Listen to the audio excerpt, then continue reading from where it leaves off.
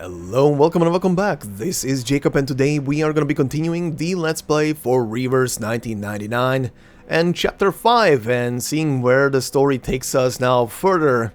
Last time we left off with meeting new people, new very Greek looking people, people that identified themselves through numbers essentially, and we met someone who, according to you guys in the previous episode's comment section, is Blue Epoch's favorite child, apparently, 37, which I presume she is, considering after I was done recording and when I was editing the previous part, I've noticed, or rather I've remembered, that I've seen her face before. Not just in promotional art for the game, but also in the anniversary, 1-year anniversary picture that I was using on YouTube's community section to announce my start of the Let's Play, essentially.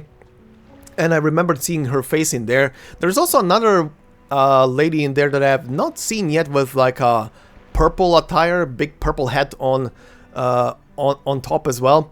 And I don't know who she is. Outside of her, I've seen everybody else, but considering she's on the 1-year anniversary picture, I'm presuming this is gonna be some kind of major character down the line. But we'll see. I have no idea who that is. But looking forward to learning more, especially once again, as we left off last time, we're apparently right now in the year 2007, which is kind of wild to think about, because the storm so far has been reversing everything, so seeing these characters now in the future, essentially, for them, is quite wild. But also, like one of you pointed out in the comment section on the previous part, we are technically now at the same time in the year 2007, but also in the year 1914, where we were, so crazy. It's just crazy and I kind of love it. And I kind of want to see where it's going to go from here. One other thing I'm going to say is the more 37 is going to talk math at my face, the more my brain is just going to tilt and shut down for moments. And that's just me. Nothing against her. That's just me and math in general. The more I hear about math, the more my brain is going to shut off. Not that I was bad at math back in school, but it's been a couple of years at this point. I'm approaching my 40s. I'm a few short years away from 40, and you know, it's been a while since I had to do anything math related, and I don't remember it. And back in my day, I hate saying that. Back in my day, in school, both in primary, middle, and in university, when it came to math, we could have on essentially on paper that we would either write out ourselves or just print it out ourselves. We could have essentially the mathematical equations that we needed for the tests, essentially, written out. Like, just like the beginning of the formula, and then you had to pretty much do the rest. But honestly, without that, I would have been shit at math. I'm not even gonna lie. Remembering those formulae, I would never had a chance to even have decent scores at math without that. So I'm happy that we were able to do that, at least. So yeah, good. But yeah, math was not one of my most favorite subjects. But anyway, I'm still interested to see where the story is gonna take us. They can talk math as much as they want.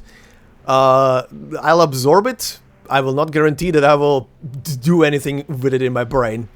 But on the previous episode, one comment that I want to point out came from Mr. Ken 1864, pardon, and this was in regard with a timestamp in there, with regard to what I was saying about the two interestingly placed buttons on Mesmer's attire that I didn't notice before, saying about that.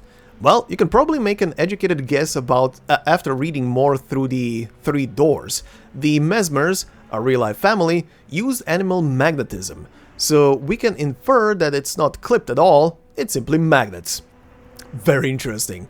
A neat little detail. Also, goodbye beloved growly voice. Hold on. Also, goodbye beloved growly voice. Such a wonderful, lovable, and probably handsome man, God. Technically, these two could still be the same person. Why, they claim to be an old friend. They could also be whoever Vertin met as a kid, outside of school. Mentioned when talking to Sonetto before the dream breaks. Other suspects you have not met yet. Good lord. But yeah, anyway, really sad that the guy is gone for now. I think I did hear from one of you guys that he will be back in some capacity later down the line, which is exciting. Looking forward to it. But for now, he is gone. I am less sad. But what can you do? Anyway, one other thing that I've saw, and this is pretty much what we're gonna be beginning with today, is that I missed something on stage 1 here, on Bon Voyage, and that's this little star. So we're gonna start with this, and also there is the other thing that I didn't know last time, and I'm gonna give this another chance. I'm pretty much just gonna blind guess this thing. I kind of have a feeling what they're trying to ask me here, but I'm just gonna blindly guess, but more on that in a moment. One other thing I want to just address is another comment that I saw in the previous episode, and that's regarding the volume of the character voices. Apologies for that. I think I said it in a previous episode, or maybe the episode before. Maybe I only said it on the Arcanist stuff. I don't remember from the top of my head right now. But I'm currently experimenting with OBS's built-in compressor feature, which is essentially it's a feature that auto lowers the game's volume whenever I open my mouth, so I don't have to worry about volume for you guys on the other end, and you can hear me clearly while the game, you know, goes down in volume a tiny bit. The best way to showcase that is actually in this menu, where the music is super loud, blaring actually in my ears right now, and I'm naturally lifting my voice because of it. But if I shut up for a moment,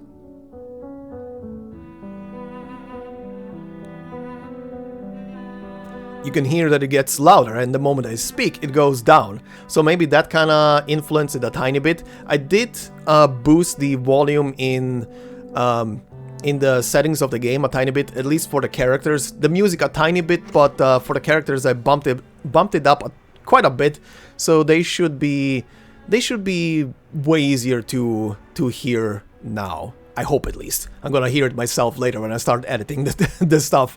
But on top of that, when it comes to today's episode, and probably going further through the next couple of episodes, like I said on the previous part, I'm gonna start including a couple of things. Once we're done with a certain portion of the story today, as much as I feel like going, I'm gonna include a section of this where I'm just gonna super cut down everything that is happening here, like just gonna leave in the story bits that I find and whatever other thing I feel like makes an interesting addition to the video. So it's gonna be just a super cut of the adventures through this little mazy thing. And the other thing I did already mention is the somnambulism stuff. I did already prepare the clips for the first 2 sections, and those are gonna also be like just super cut versions of me going through the story of it, pretty much. And those are gonna be slowly included in this episode and going forward as well, pretty much at the end, so they don't interfere with the rest of the video.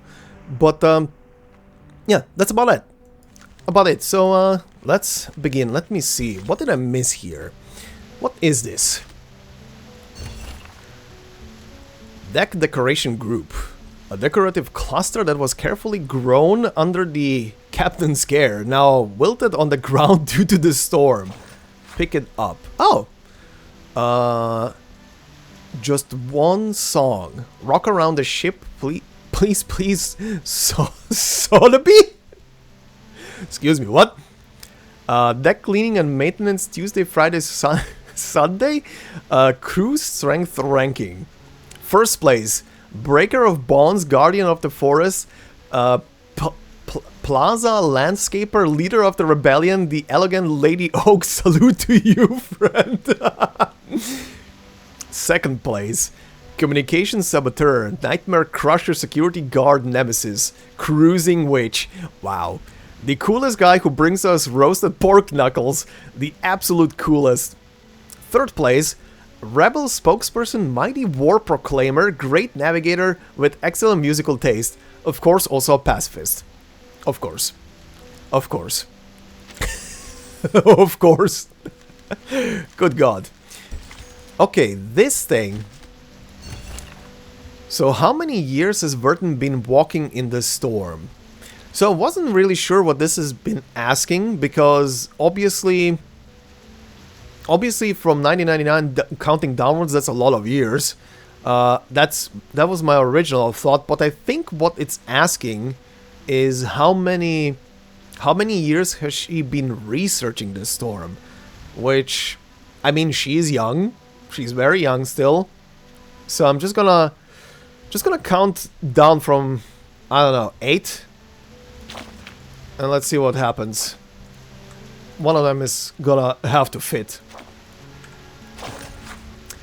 Okay, so 4 years since she officially started working on collecting data on the storm, I guess.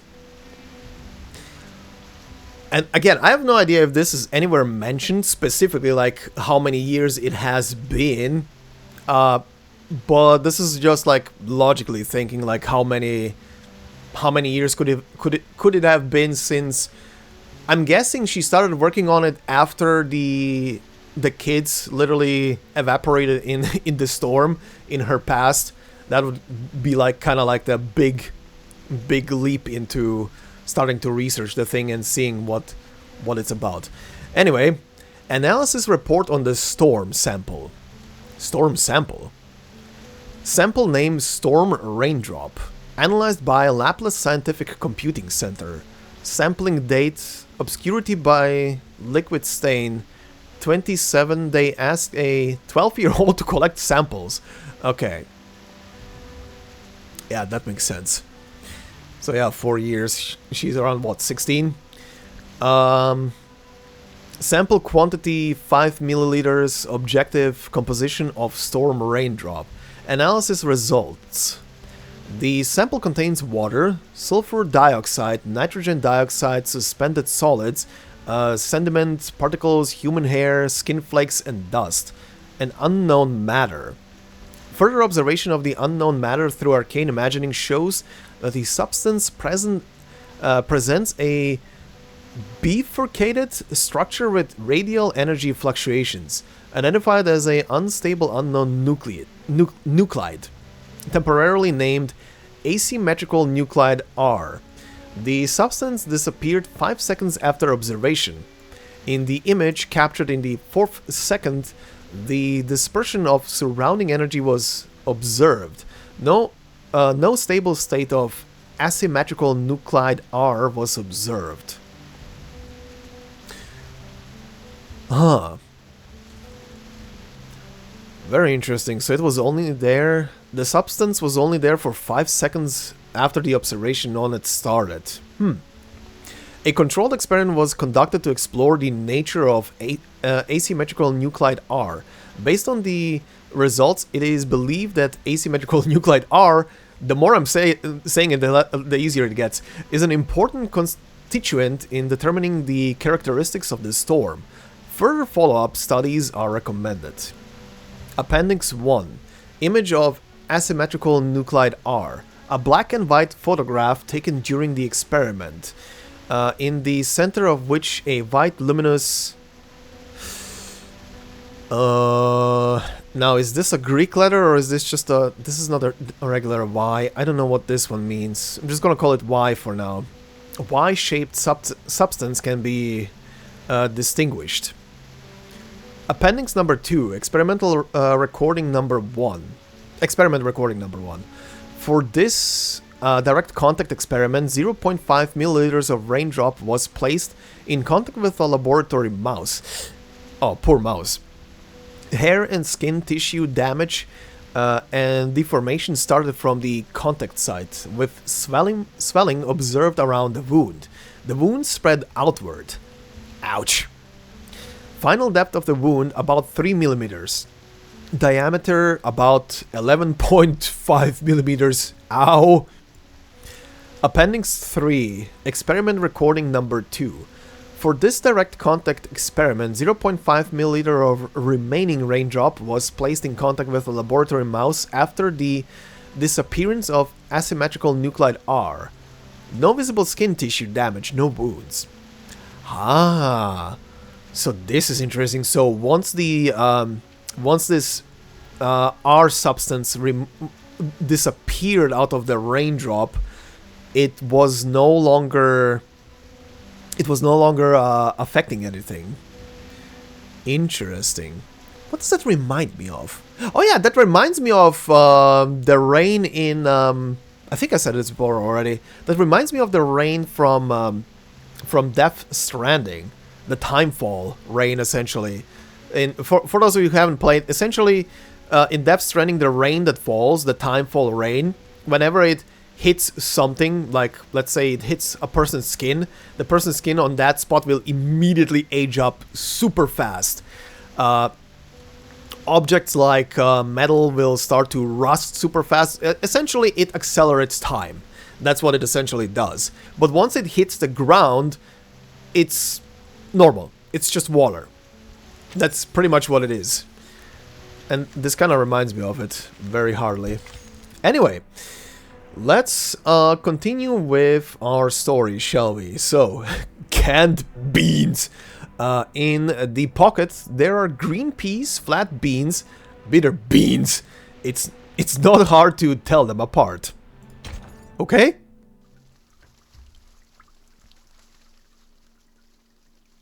Me and the boys at 3am looking for beans. Yes, all is well.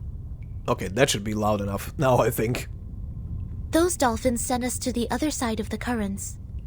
And one more thing, Captain. And I'm asking this with no ill intention. May I know your lineage? The blue flower gently conveys the answer back to her. Thank you.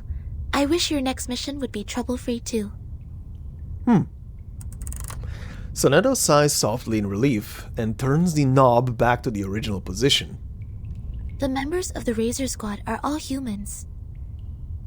It's clear then. Real numbers refer to Arcanists, and imaginary numbers mean humans.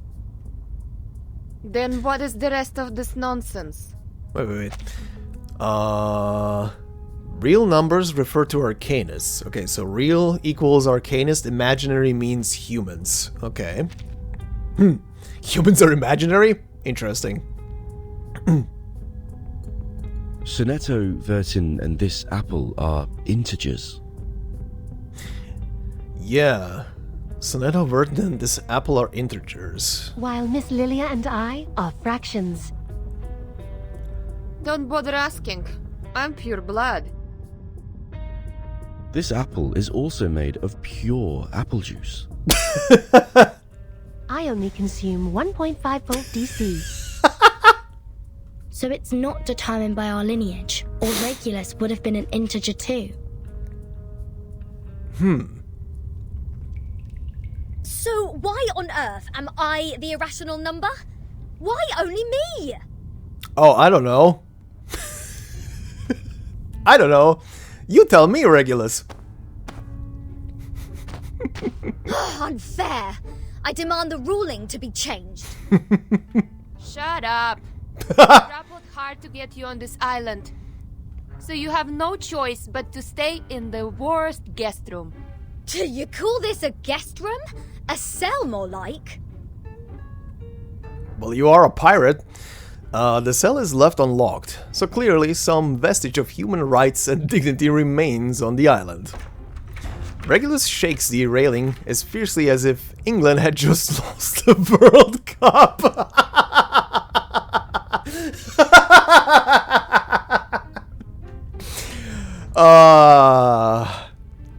I know how people like that behave, that's why I'm laughing. Perhaps this piece of news will cheer you up. We are prisoners in the world, and our body is the cage of the soul. Ooh. Oh, cut me a break. Might as well play us some rock music. Her chief mate appears calmer than the captain, still wrestling with her fate as much as the railing. Seems the residents on this island venerate integer numbers. And irrational numbers, or the non-terminating, non-repeating decimals, cannot be represented as the ratio of two integers, hence they are discriminated. Uh-huh. No, no, no. Who are they to judge and decide me to be the irrational number? I was the only person who didn't cause any damage to the Foundation in the previous protest. Oh, why do I get to have the worst of both worlds?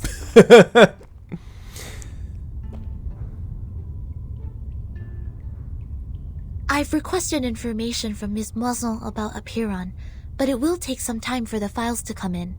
The captain of the Razer Special Operations Squad told me this might be a settlement of a group of Arcanists who have been long cut off from the world. Unlike other unregistered Arcanists, these people chose not to live alongside the humans. They still lead an ancient Arcanist way of life and follow the old customs. We must be meticulous when getting in touch with them. But they used modern mathematical terms. And that girl talked about Caprica. He was an Indian mathematician active in the first half of the 20th century. I think they are not living in complete isolation. They are still in contact with the outside world. They're probably observing the rest of the world from their little spot. Again, the whole shtick with this chapter being the people living inside of a cave observing the outside world through shadows. Which, by the way, I looked it up because I couldn't remember last time where the allegory comes from. It's from Playtrough. This place wouldn't be affected by the storm, just like the Elitial base, Foundation headquarters, and my suitcase. The travel notes in 1999. Manus Vindictae showing up in Elitial's base. The storm, or emanation, they must be somehow connected. And we'll find our answer here, I think. Very energetic, Capitan. By the way, how come nobody's here to welcome us? They wouldn't suddenly decide to detain us all just because we have an irrational number here, right? I'm with you all the time. That annoyed little look. A reluctant figure walks out of the shadow in the corner. Six asked me to welcome you. Oh, scared me again. What were you doing hiding in the corner? Because it seemed you were in the middle of proving a conjecture. According to the scripture, disturbing others when they are giving proof of their arguments is as sinful as eating beans.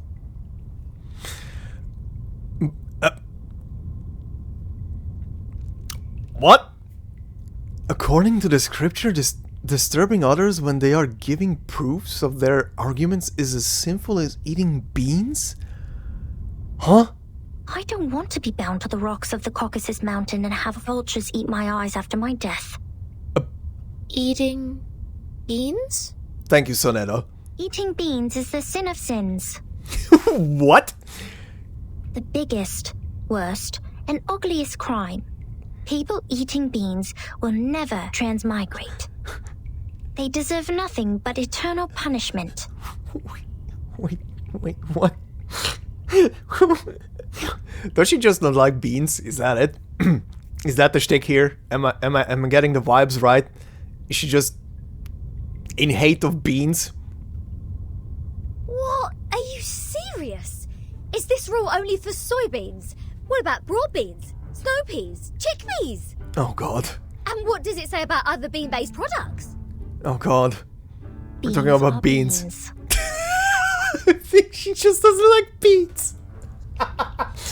Everybody has that one food they don't like, right? You're funny. This doesn't even make sense. By this logic, aren't the coffee drinkers going to rot in hell? Don't you dare. I happen to have a box of coffee beans in my bag. The rockin' pirate produces her treasure and waves a single bean around her mouth, looking for a reaction. If I put one coffee bean in my mouth, will the vulture get me right away? No way! Oh my god. Whoa, easy, mate. Do you want to get physical? This pirate is not scared of you. Oh god. The coffee beans are knocked over. Some restless, small figures start to rustle in the shadows. Oh! Not fair! The critters are coming to your aid! This is not good. We need to separate them. Battle? Carbuncles? Is it just your regular carbuncles? Whoa. Kinda is. There are new ones. Oh no. The carbuncles have become math. Geometry carbuncle. A geometric critter full of mathematical beauty. You love that it's reticent, thoughtful, and angular. More importantly, it reminds you of your first geometry lessons as a child. Prism carbuncle. Critter fixed within a geometric polyhedron. Perhaps this is due to a desire to draw inspiration, adherence to ascetic rituals, or simply a pure preference for the sensation of being encased in a skull.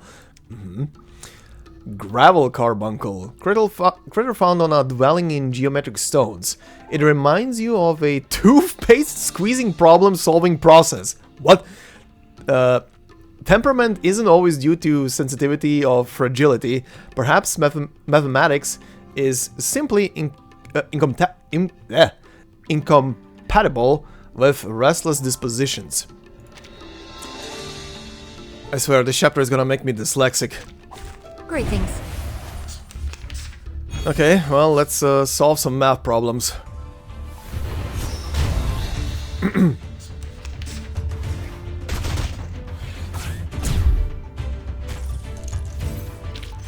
Battles have little meaning, save for the prizes to be won.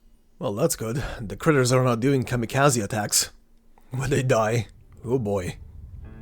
Oh god. Let go! What, is she biting her? What are you, a dog? Is she biting her?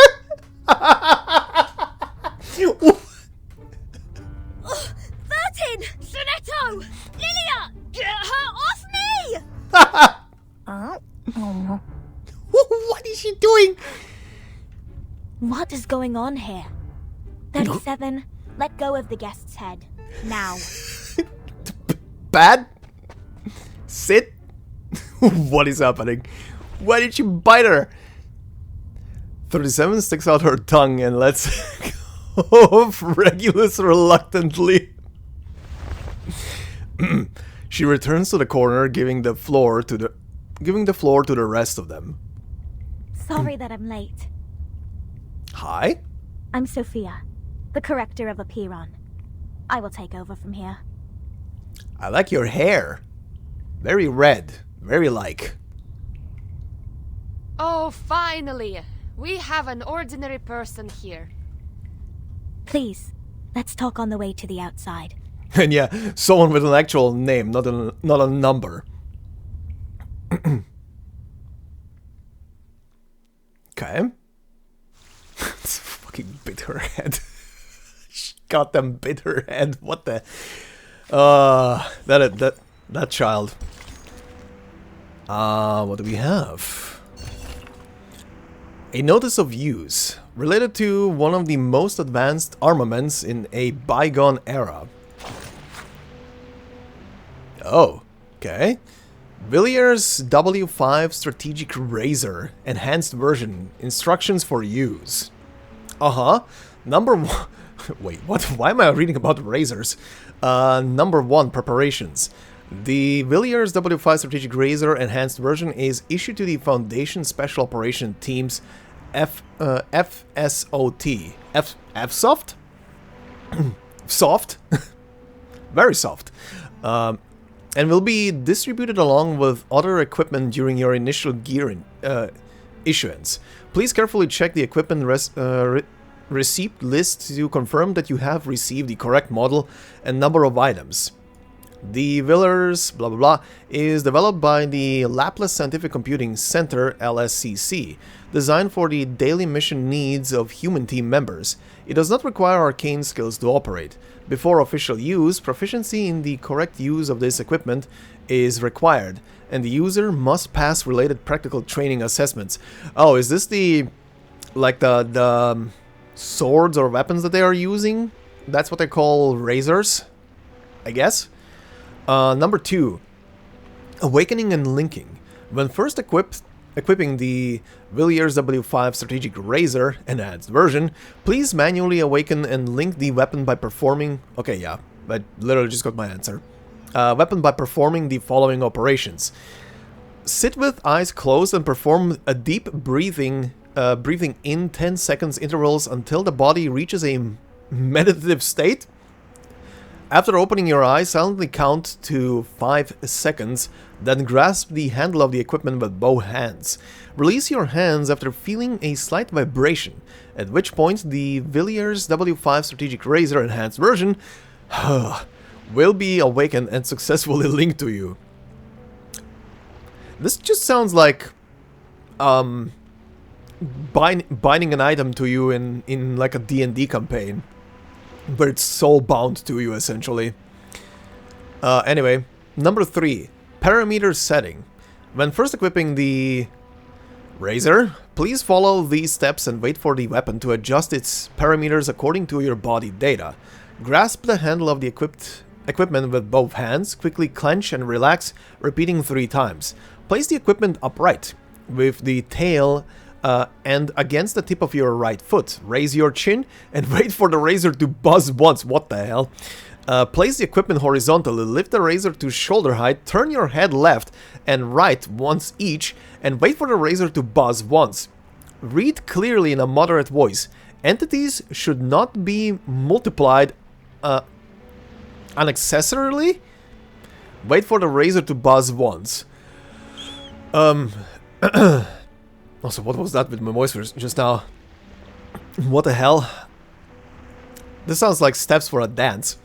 Number 4, equipment maintenance. The maintenance cycle for the Villiers Razer is 3 months. If you believe the weapon is exhibiting abnormalities, please contact the customer service personnel at the LSCC. Follow the instructions of the customer service personnel to send the weapon to the computing center so that the center's technicians can check and debug your weapon's performance. Okay, that was a lot of Razer talk. Anyway, ancient rules. Boundaries of propriety always tempt daring fingers. Who's gonna steal something?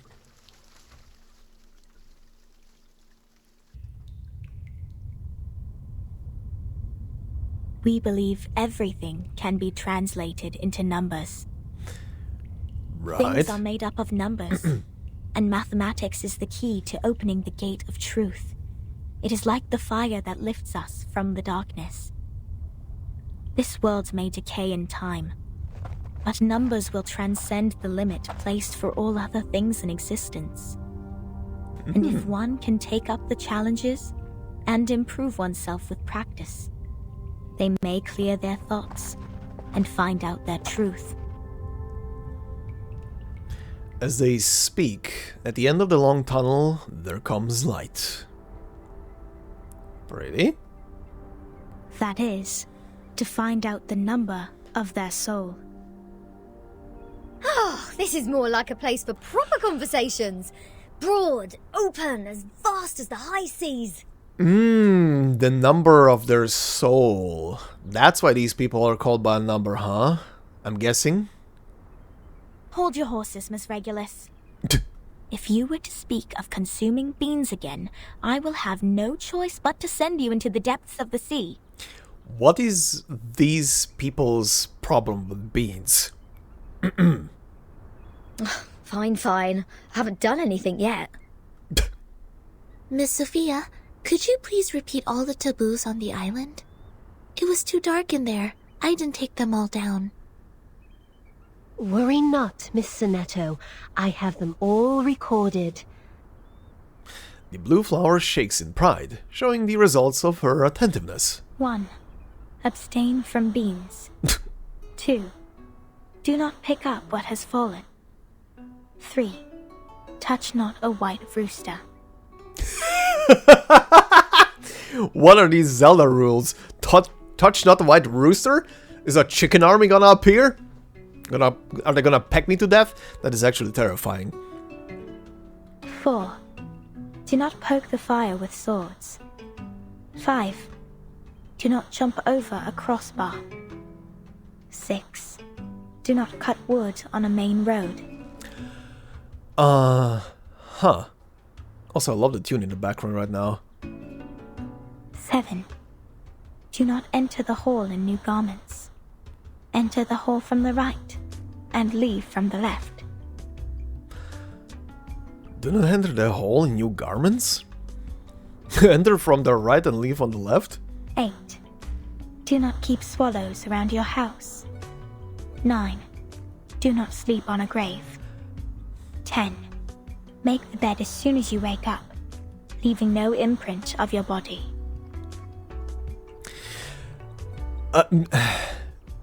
Okay. Sonetto frowns slightly as she intently takes the notes. Yet next to her, Regulus is utterly agape, as if she... Oh, I don't like where my mind just went. As if she just saw a killer whale running on the ground with 2 new feet. What strange obsessions are these? Even the police in London would be less officious. This is an archaic Arcanist group we're dealing with. I assume they have their own reason for these. I'm gonna just blindly guess that every single one of these rules came about because something stupid happened in accordance with something that the rule mentions in the past to someone in this group or in the past, and they just made a rule of never do this again.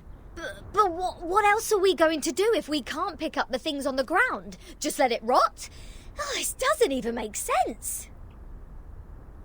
You are indeed an irrational number. She's a point there. What are you doing with biodegradable, garbage? You just leave fruits on the ground everywhere? Huh? Clean your shit. What about me? Though I can't identify the exact number of yours, it's never too hard to tell the number types. Okay, I'm very curious. Who gets what number? Like you are a very typical irrational number.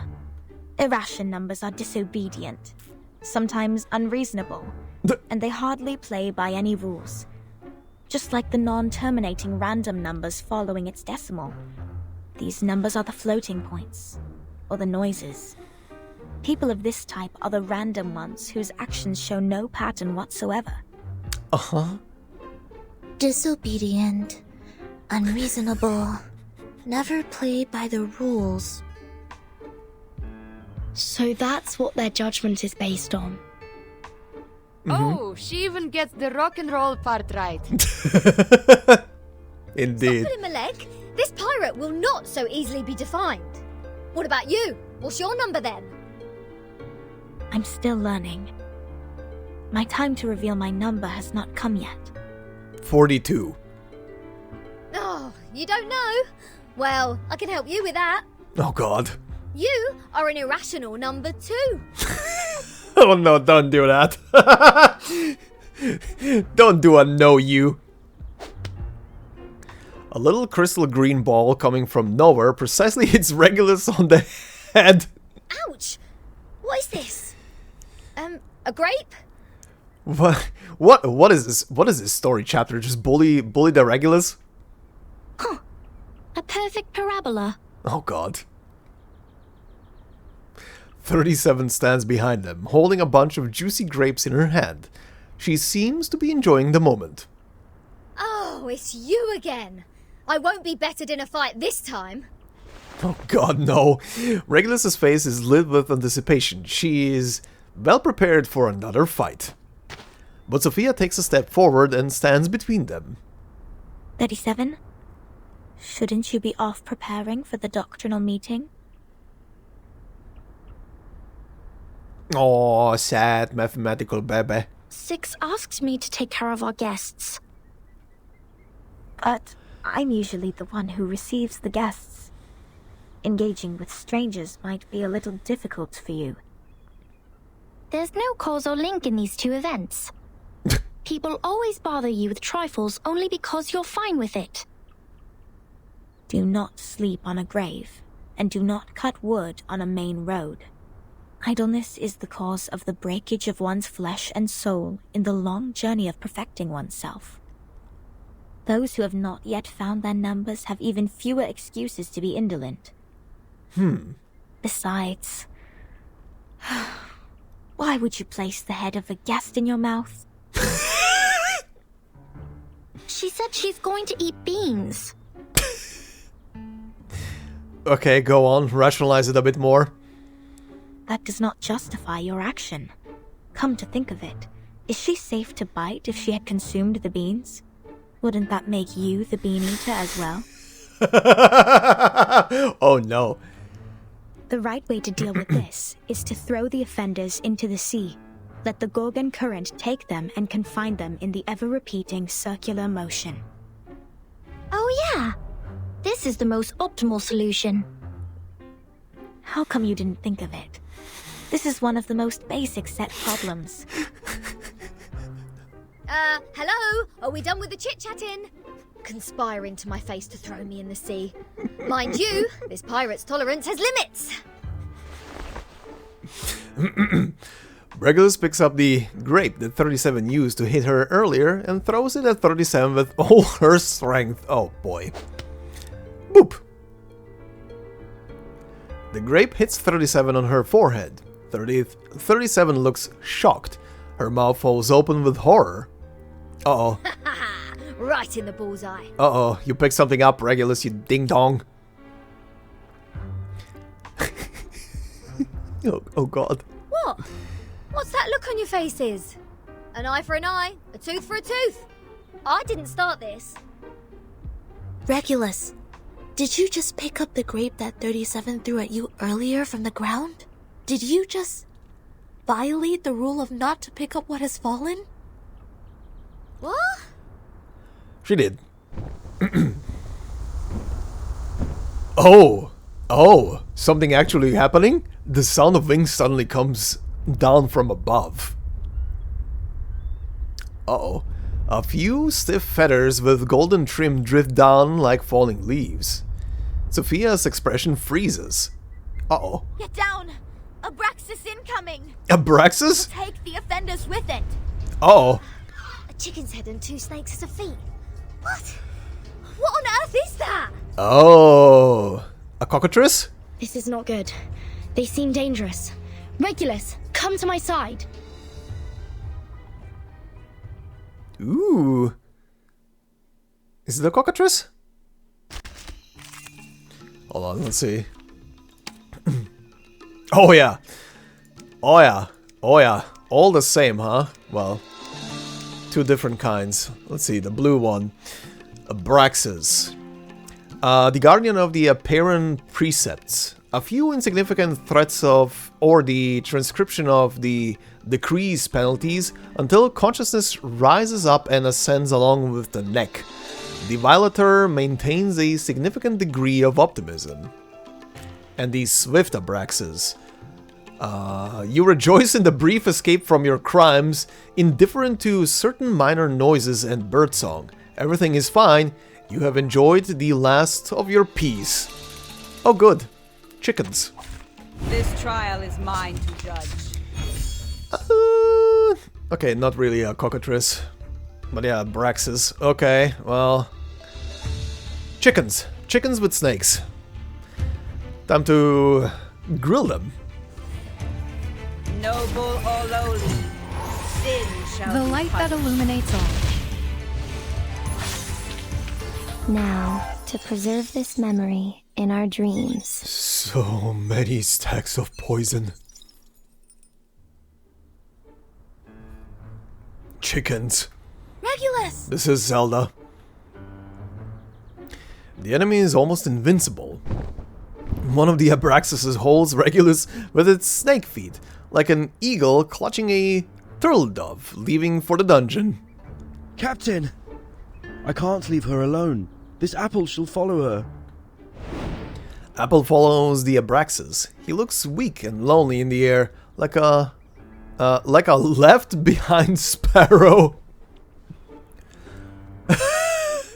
Lilia? A toast to Regulus.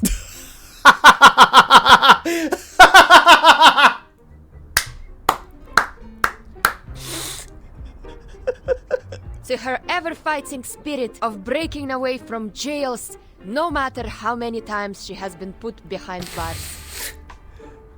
Luckily, she didn't have any beans. May her soul be cleansed in the dungeon.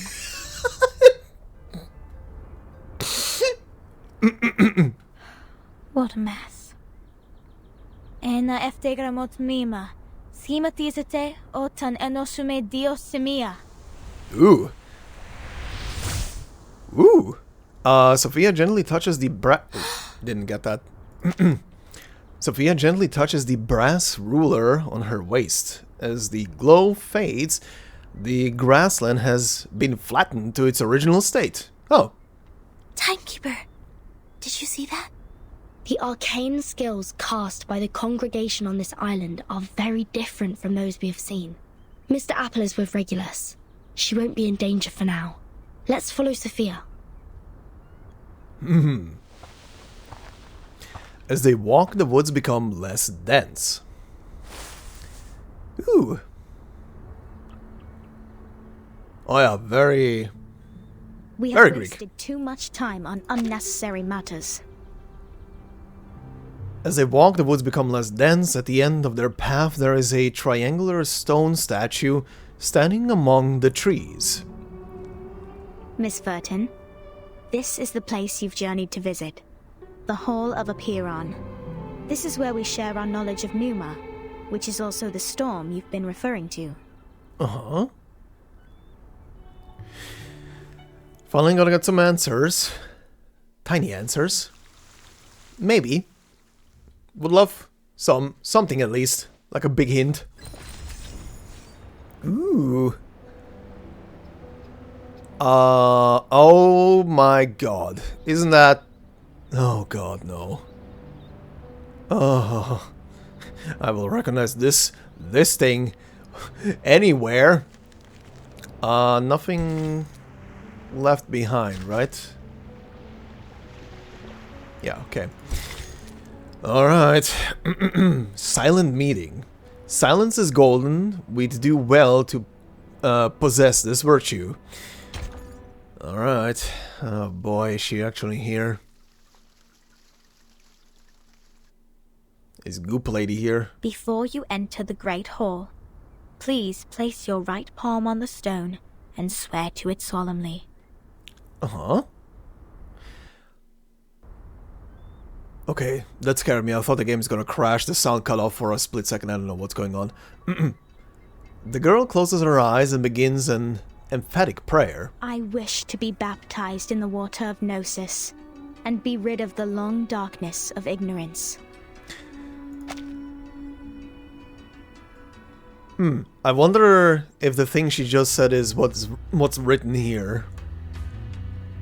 Probably not. I ask my tongue to be taken, for it has spoken mindless words, and I shall stay silent for the truth. I choose to leave the fragments of matters behind me, and enter the great hall of forms as clean as a newborn. I swear to let matters stay in the world of matter, and a form in the world of forms. I swear to reveal no secrets, or my heart shall be taken by the vulture, my body consumed in flames, my soul trapped in the endless wheel of birth. Jesus.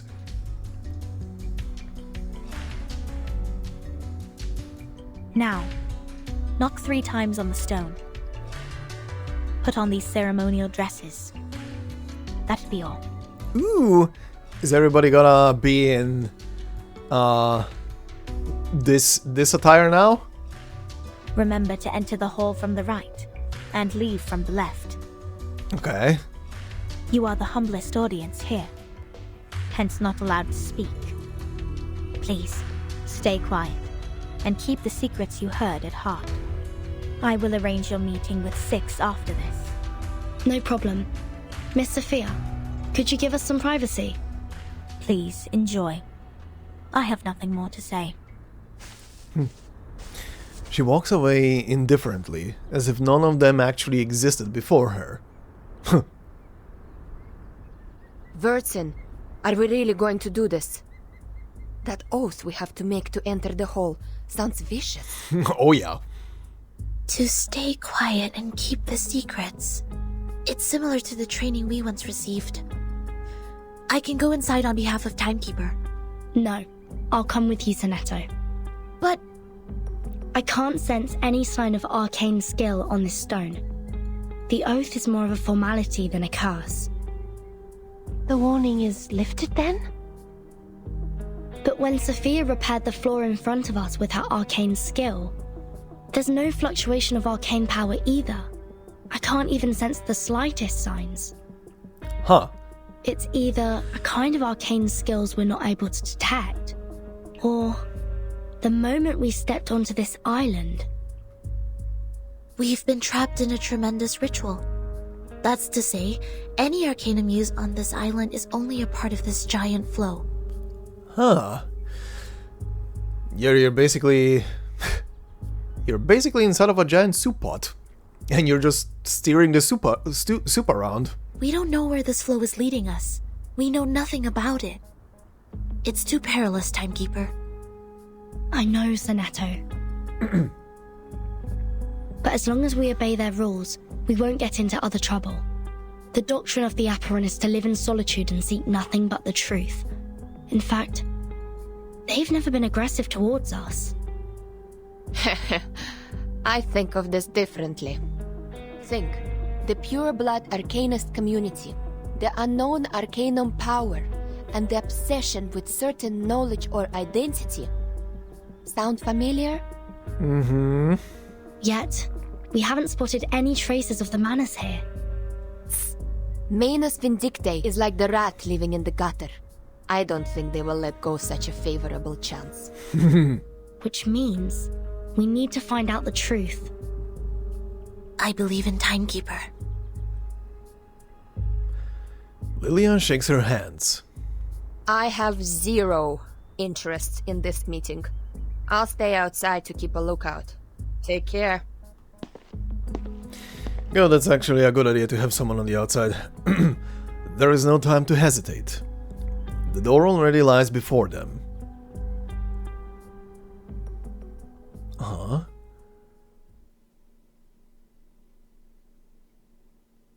Ooh. Oh, they're doing the oath. Hands on hands and recite the vows in mind. I wish to be baptized in the water of Gnosis and be rid of the long darkness of ignorance. Ooh, this music right now. This little build-up. I ask my tongue to be taken, for it has spoken mindless words, and I shall stay silent for the truth. I choose to leave the fragments of matters behind me and enter the great hall of forms as clean as a newborn. I swear to let matter stay in the world of matter, and a form in the world of forms. I swear to reveal no secrets. All my heart shall be taken by the vulture, my body consumed in flames, my soul trapped in the endless wheel of birth. Uh-huh. The Hall of Apeiron. Ooh. All seats in the hall have been taken. That's a lot of people. Fellow brothers, sisters, our quest for Gnosis had suffered 3 unprecedented crises. Yes, Daddy. First was the discovery of irrational numbers, and then the creation of imaginary numbers. Last was the loss of the grand unification of different lineages. The truth was buried, and history was rewritten. But the emanation is not a crisis. Instead, it's our last salvation. Uh-huh. The supreme existence has once again shown itself to us. The door to the everlasting transcendent world of forms has opened once again. The door to the everlasting transcendent world of forms is open again? As Numa pours down, things are rewound to the world of light. Everything in the world of matter breaks into pieces, for they are as delicate as a petal before it. We, who have the honor to witness the emanation of Numa, have the privilege to survive the turning of the Wheel of Birth. Because we know the truth. Our survival is destined. It is the beginning of a mission to bring the unseen truth into this world. Somehow I believe you're gonna eat those words at some point. His audience responds with a round of applause, but nobody says a word. Thank you. The speaker bows in thanks and gestures towards the hall. The next orator is 37, our smallest irregular prime, and the brightest star of Hermes. Hermes.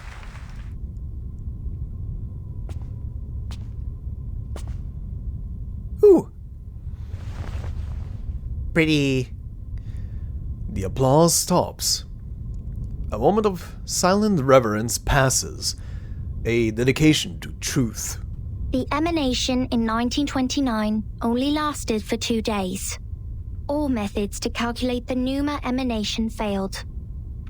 We found no pattern in the occurrence of time reversal. All our efforts in the past 4 years have gone completely wasted. That's the end of my speech. Short and concise. Silence. Long and dead silence. Abruptly, someone starts to clap. Uh-oh. Uh-oh. Uh-oh. Oh, fully animated. Oh shit, it is her. Also, these are they're actually in robes. I can't read that fast. Holy shit, she immediately reacted. Shh. Who did that? Uh-oh. Okay, wait. What was happening? I didn't read that fast. Order comes first and opinion comes second. The mission matters the most. This is what she has been trained to believe and do. Damn, she went for the throat immediately.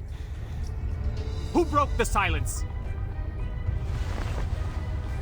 The silent audience all turn their heads and stare at Sonetto. Yet the apparition has gone. Sorry, Timekeeper. I just... Get ready to run, Sonetto. Aww. Oh, I just... Okay. Not to interrupt too much. They look adorable in those robes. Anyway. The Abraxases are coming. Oh god, more chickens. More Zelda time. It's gonna be the same chickens. Oh no, there's a boss in here. Leader of the Abraxases, the supreme guardian of the Apeiron precepts. Thereafter, there is no place for common sense and no place for hearsay. The uniqueness of truth was born. What is this philosophy? Thereafter, there is no place for common sense and no place for hearsay. The uniqueness of truth was born. This trial is mine to judge. Yo, that's a magnificent looking chicken. The poison needs to be removed with the poison feather. After an allied character kills the target, purifies all poison and erosion from allies and gains immunity for 1 round. Ooh, okay.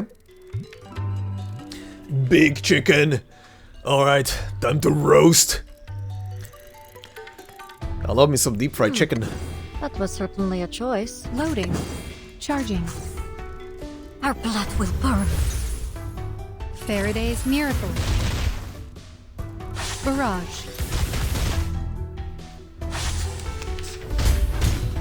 Ow!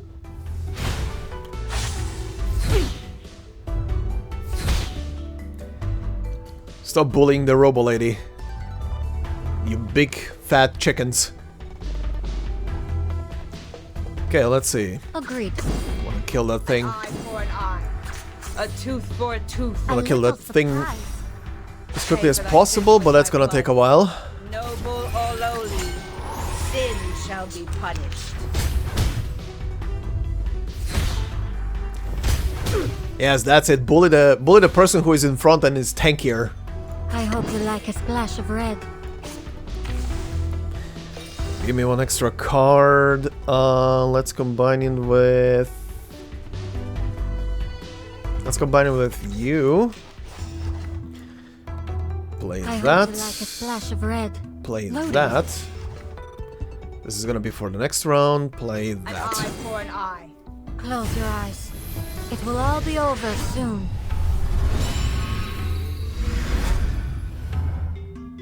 Aim and shoot. There we go. With my blood.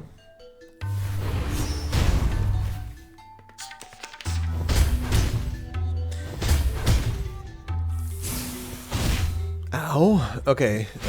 I will need to heal on the double, even if it's a small heal. Agreed. Buff you. Use that. Charging. And you eat that. Victory comes in a tide of blood. The law is above all else. The light that illuminates all. Okay.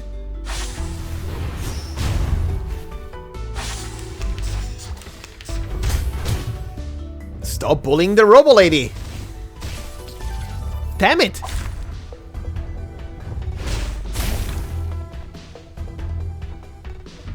Embrace rather than resist. Oh, you're disarmed as well. Okay. Also, I have not really used you much. Outside of looking at your skills once. You're here literally to get trust up, or bond rather. Critical rate 10% for all allies, 2 rounds, gain 4 additional stacks of cosmic energy for self. 1 target attack, mental damage, enemy recover the user's... okay, self-heal. Okay. Noted. To the right. An eye for an eye. Regaining control of our bodies. Pay for thy sins with thy blood. Very nice. Ow. Ow. Okay.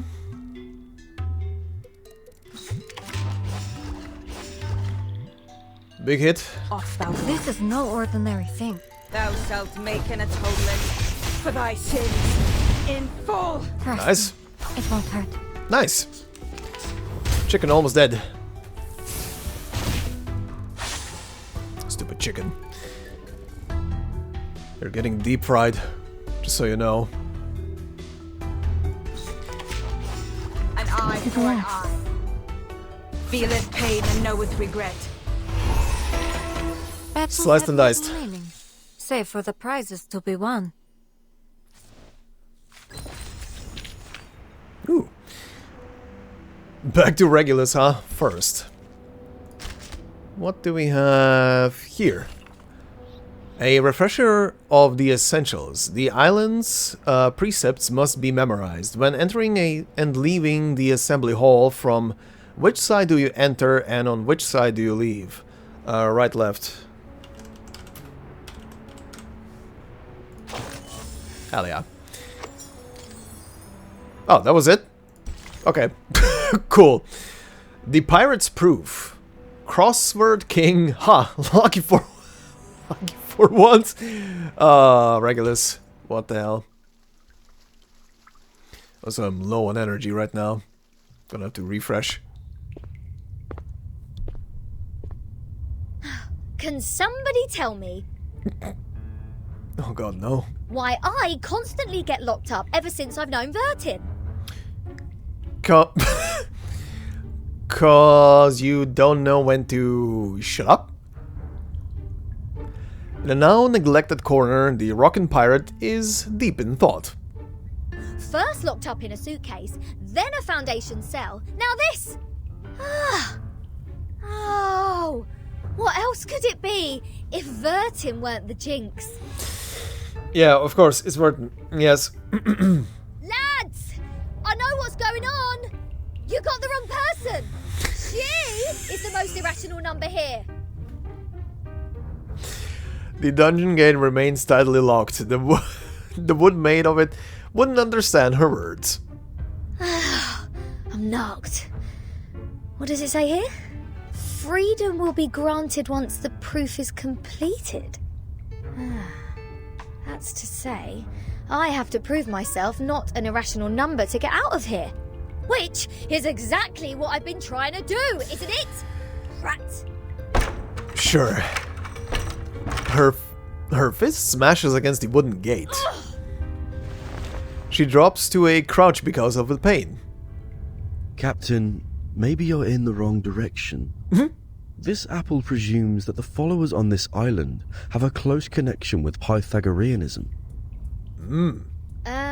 Pythagoras? That ancient Greek mathematician? The guy who said something about the opposite side of a right triangle? Isn't he the guy who lives in sometime BC? Maths is only a part of the Pythagoreans' achievement, but from a more universal perspective, they are a mysterious group of scholars. Believing things are made up of numbers, venerating integer numbers, abstaining from beans, and the religious collective lifestyle. These are all pointing to Pythagoreanism. I never knew about the bean stuff. Okay. The earliest Pythagorean school perished because of the discovery of irrational numbers, which explains their odium of it. At that time, a deviant student named Hippasus discovered root 2, and the theories based on the ratio of integers they hold dear were upended. Hippasus himself was drowned in the sea. God, I vaguely remember some of this stuff from history. Okay. This apple assumes they see the integers as the standard of virtue, and people can increase the number they rank through study and self-improvement. Besides, they are convinced that a numerical code is hidden in everything and everyone. Whoever can solve the code can obtain the truth of the world. Alright, now I know what's going on. Oh god, no. Yeah, go on. Regulus immediately gets off the ground. This pirate has had enough of this moral standard, which is obviously prudish, backward, and lacks humanitarian spirit. I'm going to tackle the root cause of this misfortune. Oh god. Pirate, the believer in liberty, walks in circles in front of the gate and suddenly starts to pull the loosened strips of on the door. I'm breaking out! Of course you are. Why am I not surprised? The captain quickly gives the sufficient and prerequisite condition to prove herself an irrational number. Yep. This apple may be able to offer some help. As soon as Apple puts his hands on the wall, he feels a violent shake come through it.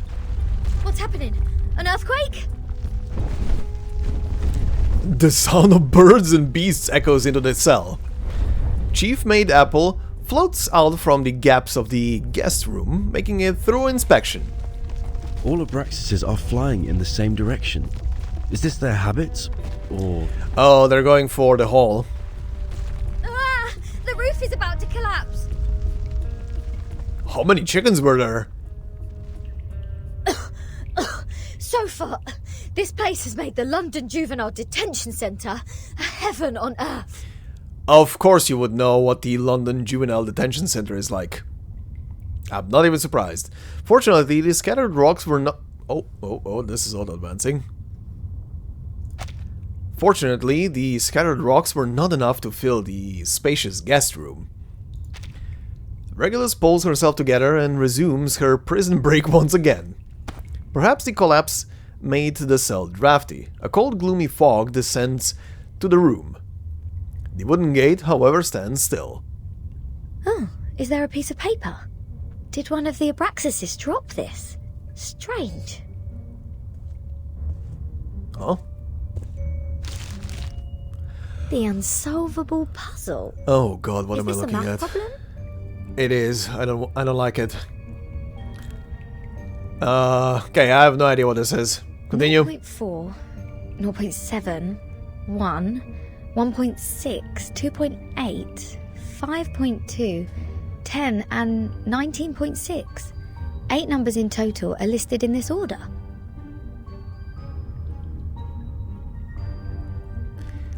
Uh-huh. There are 8 symbols below, respectively representing the Sun, Mercury, Venus, Earth, Mars, Jupiter, Saturn, and Uranus. Those I recognize. Maybe it is a hint that we should fill the symbols in the blank box after the numbers. That sign says to complete the proof. Does it mean to solve this puzzle? Ha! How unsolvable can it be? Clearly, each of these 8 numbers should represent one planet. We can easily find the missing planet by trying them one by one. And our Mr. Apple here is the king of the Times crossword. Yes? I think there is a difference between this and a crossword. Yes. The mellow red fruit rubs his chin, contemplating the crossword. In this apple's humble opinion, the ratio of certain numbers should match this number sequence, such as the radius, volume, or rotation period. Wouldn't the sun be absurdly large if these numbers stand for their sizes? What the hell? A tiny squeak interrupts Regulus's thoughts. Small, rustling figures have gathered at her feet without her noticing. Hey! The underground critters are back! Go away! Don't touch my notes! It's not your food! Carbuncles. Oh god. Am I gonna have to solve that math problem? Okay. Is it? Oh my god, they're all the same thing. Alright. Also, give me one of these. This trial is mine to judge. Time to deal with the critters again. An eye for an eye. Agreed. A tooth for a tooth, pay for thy sins with thy blood. Battles have little meaning, save for the prizes to be won. Cannon. Hold on, please, Captain. Seems like the critters are trying to tell us something. They are pointing at the sign of the sun. Uh-huh. Is that so? Even the critters on this island know math. God, the critters on this island are better at math than me. Good. The sun. What if the sun is just here to serve as a reference point? I read an IAU's report in the Times 2 years ago. You know, the International Astronomical Union. Look at you being a smart cookie. Earth's average distance to the sun is approximately 93 million miles. As for Mercury, the average distance is 36 million, and Venus 67 billion miles. Uh-huh. Okay. Let's say if we take the distance between Earth and the Sun as one astronomical unit, then the distance between the Sun and Mercury would be approximately 0.4 units, and Venus 0.7 units. Ah. There you go. These numbers are the ratio of their average distance to the Sun to the Earth-Sun distance. It's kind of like how we are quantifying the pull of gravity, essentially. Earth's gravity being just 1, and everything else is being compared to that 1. Touched by a flash of genius, she fills in the first 3 celestial bodies. Once cloudy knowledge comes back with precise clarity. Everything both logical and inevitable. The average distance from Mars to the Sun is about 142 million miles. Jupiter about 484 million miles. Saturn 886 million miles, and Uranus 1.786 billion miles. By rough calculation, and if we round the results to 1 decimal place, Mars would be 1.6 unit, Jupiter 5.2 unit, Saturn 10 unit, and Uranus 19.6 unit. All these numbers one can hardly remember have become so clear in my mind. Yeah, now what is the 2.8? Something between Mars and Jupiter? I mean, between Mars and Jupiter there is the asteroid belt with a shit ton of asteroids just thrown about through there in all shapes and sizes. Is it referring to something in the belt? But if these numbers stand for the ratio of distance, what's the planet for 2.8? There's no planet between Mars and Jupiter. Unless you guys have a planet between Mars and Jupiter or some shit. What is there? If the sun is the reference, we will have one planet missing here. Is it really a puzzle unsolvable? Aha! Nothing is unsolvable. You are looking at the solution. There must be one planet out there, unknown to us as of yet, located between Mars and Jupiter. I would more say it's a giant asteroid in between those two. Like, there are dozens of them. A massive vibration shakes beneath the ground. And just on the topic of unknown exoplanets, I mean, there's presumably a ton as well of them just floating around beyond the border of Pluto that haven't been yet discovered. They're tiny, but they're counted as exoplanets. What now? What now indeed? Uh-oh. Huh?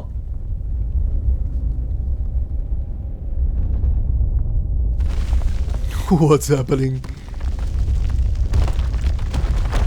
What am I looking at? The roof collapsing? Oh. A planet emerges from the darkness. Oh, I love the text right now. It rises in the air with little warning, shedding a cold gray light. This looks like a moon. In this damp and dark cave, it's bright, gigantic, and noticeable. What is this? A celestial body, which I have never seen before. So I was right, there is a planet in between... Well, for them, there's a planet in between Mars and Jupiter? Captain, this apple has an impression on this. There is indeed a star between Mars and Jupiter. Mm-hmm. It is called the Ceres, discovered by Piazzi Giuseppe, an Italian priest in 1801. Actually, hold on, let me look that up. Right, so yeah, there is a Ceres. I completely forgot about this thing. Actually, or rather, didn't forget about this thing, I forgot that it's classified as a minor planet, a dwarf planet, essentially. But anyway, from the wiki, essentially, for it, is a dwarf planet in the middle main asteroid belt between the orbits of Mars and Jupiter.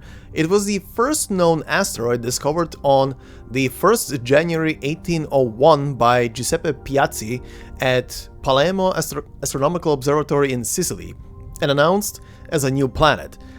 Ceres was later classified as an asteroid and then a dwarf planet, the only one not beyond Neptune's belt. And that is pretty much it. The rest is mostly about... Well, the rest is going into details. You guys can see it on the screen, so you can pause and read it for yourself if you want. But yeah, anyway. Ceres. Did we just validate its existence? Is the universe truly arranged according to this sequence? Could this be the ultimate key of everything? Regulus. Regulus. Nope. Back to reality. Someone is eagerly shaking her arm. What are you doing? Got food poisoning after accidentally eating one of those critters? Odd. My head hurts. What was that? You guys just saw some truth. All the stars have disappeared. Now there are only cold walls and damp air. Oh, and Lilia, who is looking grave. I'll make it short. Sonetto is in detention. They're planning to sentence her to death by giving her the poisoned wine. What the hell? They what? Okay, that escalated. I mean, she did violate the rules, but that escalated. The hell?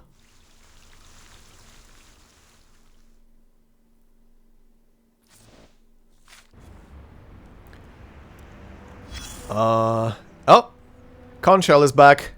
Let's hear it. As you can see, this school on the island lives in a box made by the truth. Even if they have a donut in their hands when they are hungry, they still see a topological space. Like the cute ring attached to an initiation toy. It's not food anyways.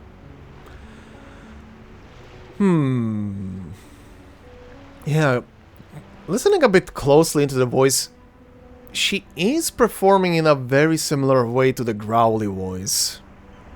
Similar. Not fully the same, of course, it's not the same person voice acting.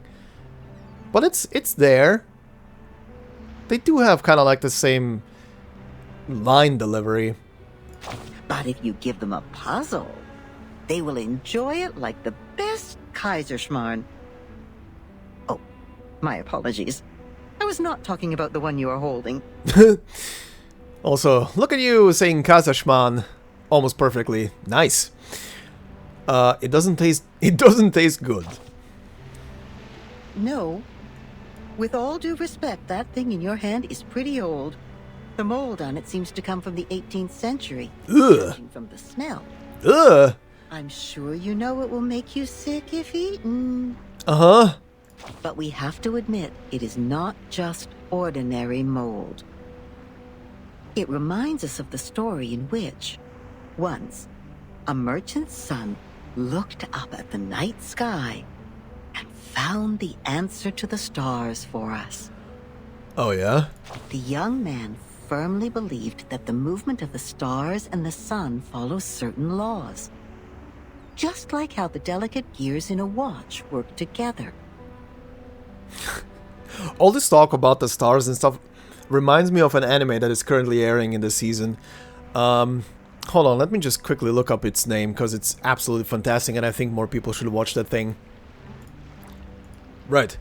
The title of the anime, and you're gonna see it on the screen right now, is Chi Chikuyu no Undo ni Tsuite. Basically, Orb on the Movement of the Planets is the English title. Go and watch the thing, it's goddamn amazing. It's by Studio Madhouse, and it's basically a story about, set in the 15th century Poland, as you can see on the screen. Basically about the discovery of how our solar system actually works. You know, going against the church and telling it, no, no, no, no, no, Earth is not in the middle. Earth is not in the middle. Earth revolves around the sun. That kind of shtick. It's goddamn amazing. Go and watch it. And his point was even proven correct by Zeus's grandfather. When another gentleman observed the sky through the reflecting telescope he took great pains to make, a celestial body was exactly there. What was it called? 19.6.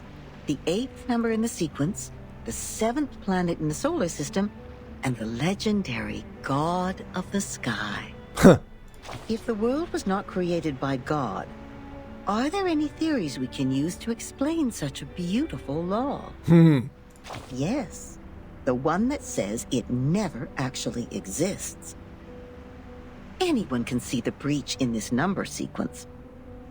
That is the planet, which is supposed to be the 5th number in the sequence. I mean, how come we have never seen it before, if it does exist? Either God is wrong, or we've been blind all this time. What do you think?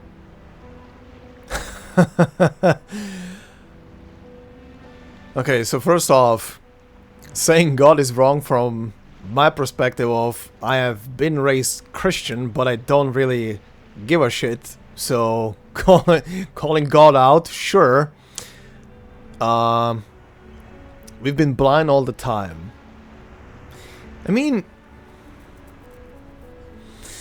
I would rather go with the second one. We've been blind all the time. It doesn't matter if God is wrong or not, if he exists or not. If we don't look, we don't see. Yes, such a planet definitely exists, and as expected, it was discovered in the end. Yes, that's the Ceres. It only took that great mathematician an hour to find its orbit through calculation. Oh, what great astronomy. What great mathematics. What great creation. I mean, mathematics is literally how astronomers find all the little objects and planets. They literally see everything, basically numbers and gravity and stuff like that, everything pulling on each other. You can find so much crazy shit through that. It was a beautiful dream, but it was still ended, eventually, by another discovery. The 8th planet. Mm-hmm. Not the Ceres, nor the Uranus, but a new planet. People found it through more precise astronomical data and calculation, proving that the number sequence found by the merchant's son was only a myth. Duh. Now we are clear of what we've been talking about. It's an unsolvable puzzle. It makes no sense from the very beginning. Got it. We found the Ceres because it happened to be there. It is real, and no one can deny its existence. Yeah. In other words, we can perfectly prove the rationality of mathematics because we invented it. It's been a good dream, I suppose. Now, imagine that you are walking alone in the darkest valley ever, trying to drag your fragile body upward as much as possible before it is worn out. Hoarse cries squeeze their way out of your mouth to ask for a response from the gods. Suddenly, an afflatus dawns on you. The next moment, a miracle happens. You are already at the top of the mountain, witnessing the rise of a huge celestial body from the skyline. Even if it's only in your imagination, you have just witnessed the dawn of the creation, and the shock is real.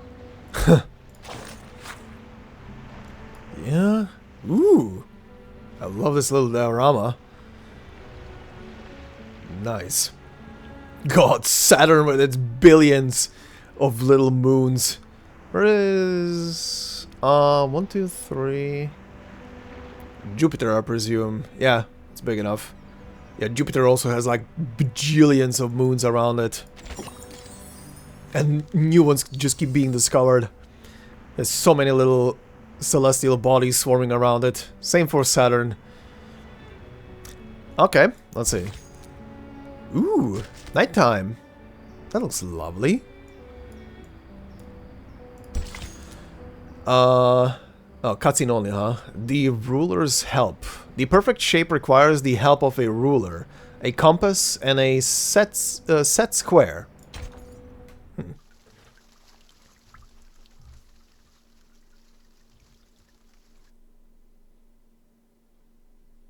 An old admonition is engraved here. Let no one ignorant of geometry or the irrational numbers enter. Okay, thank you for translating that. I was gonna maybe at some point look it up what it means. 37 told me you are the integers. She's the genius kissed by the god of truth. She can see our numbers and has never made a mistake. But I don't understand. Why would you break the silence at the meeting? Because a crazy person was there.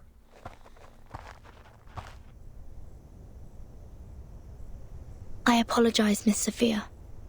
I won't defend our behavior. You may save that apology for later. If you can persuade more than half of the people to vote for your friend's commutation, perhaps she won't be sentenced to death. I have gathered some case files from the past. I hope it will be of some help. The scroll is lined with golden trim. Even without knowing what it contains, it is a significant gift. These files are... But won't you be in trouble for helping us? I have my own reasons. Sophia closes her eyes, recalling the ancient wisdom. Integers are the living example of virtues, the standard of purification. It represents a soul existing in the world of forms, a true being. It is the floating points behind the decimal which dent the process of our overall purification. The evil. The ones who violate rules knowingly. The ones who turn a positive number into negatives. And a civil person, a criminal. Also, I love this tune in the background right now. It's quite a bit of that space feeling to it. Ooh. Love it. The corrector, who has no number, sighs and looks away. If integers like you would lose your life over some unintentional mistakes, wouldn't it be a great shame?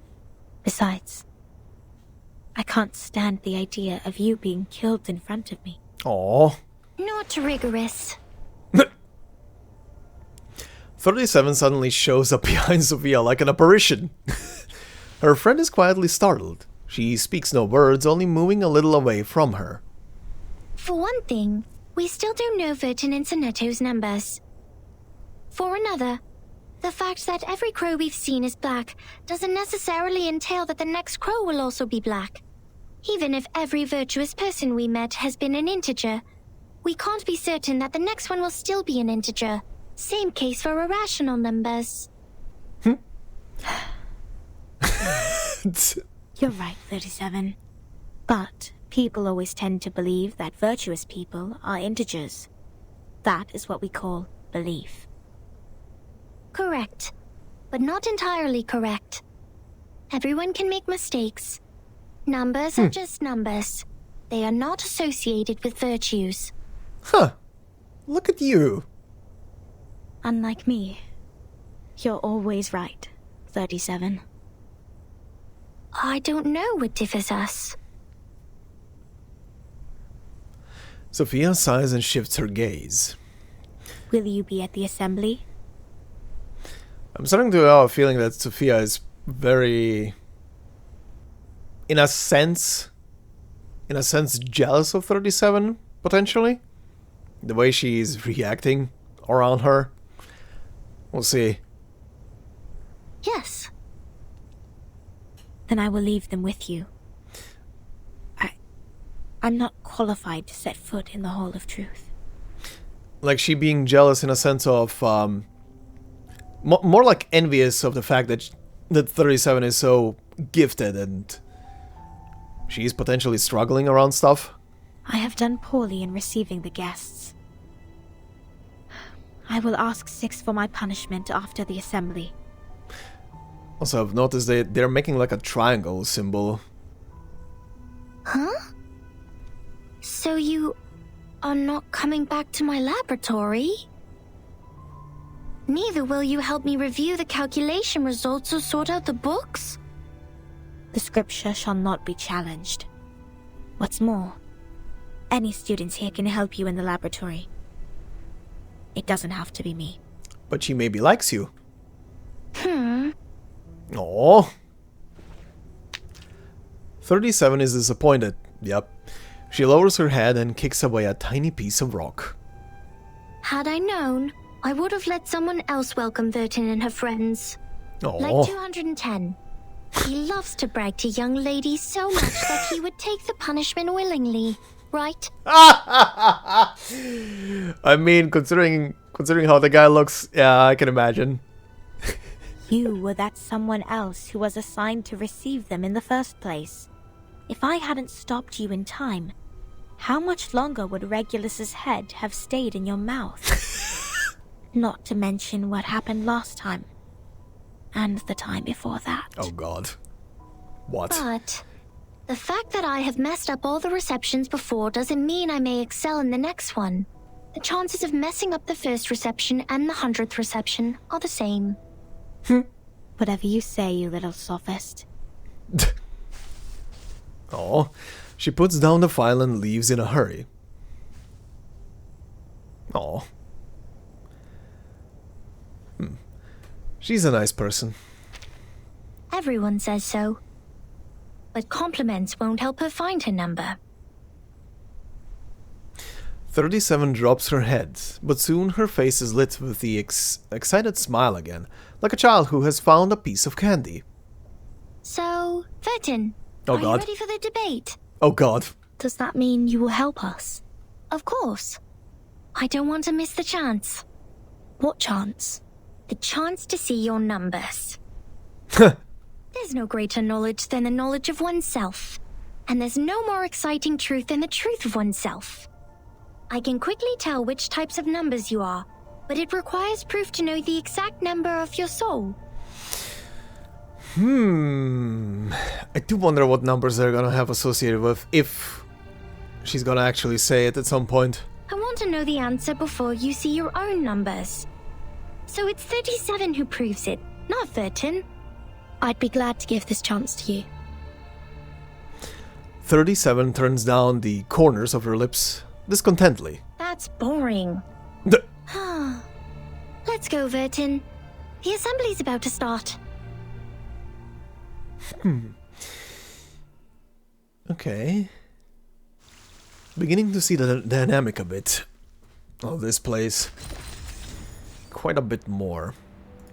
Was there anything here left? No.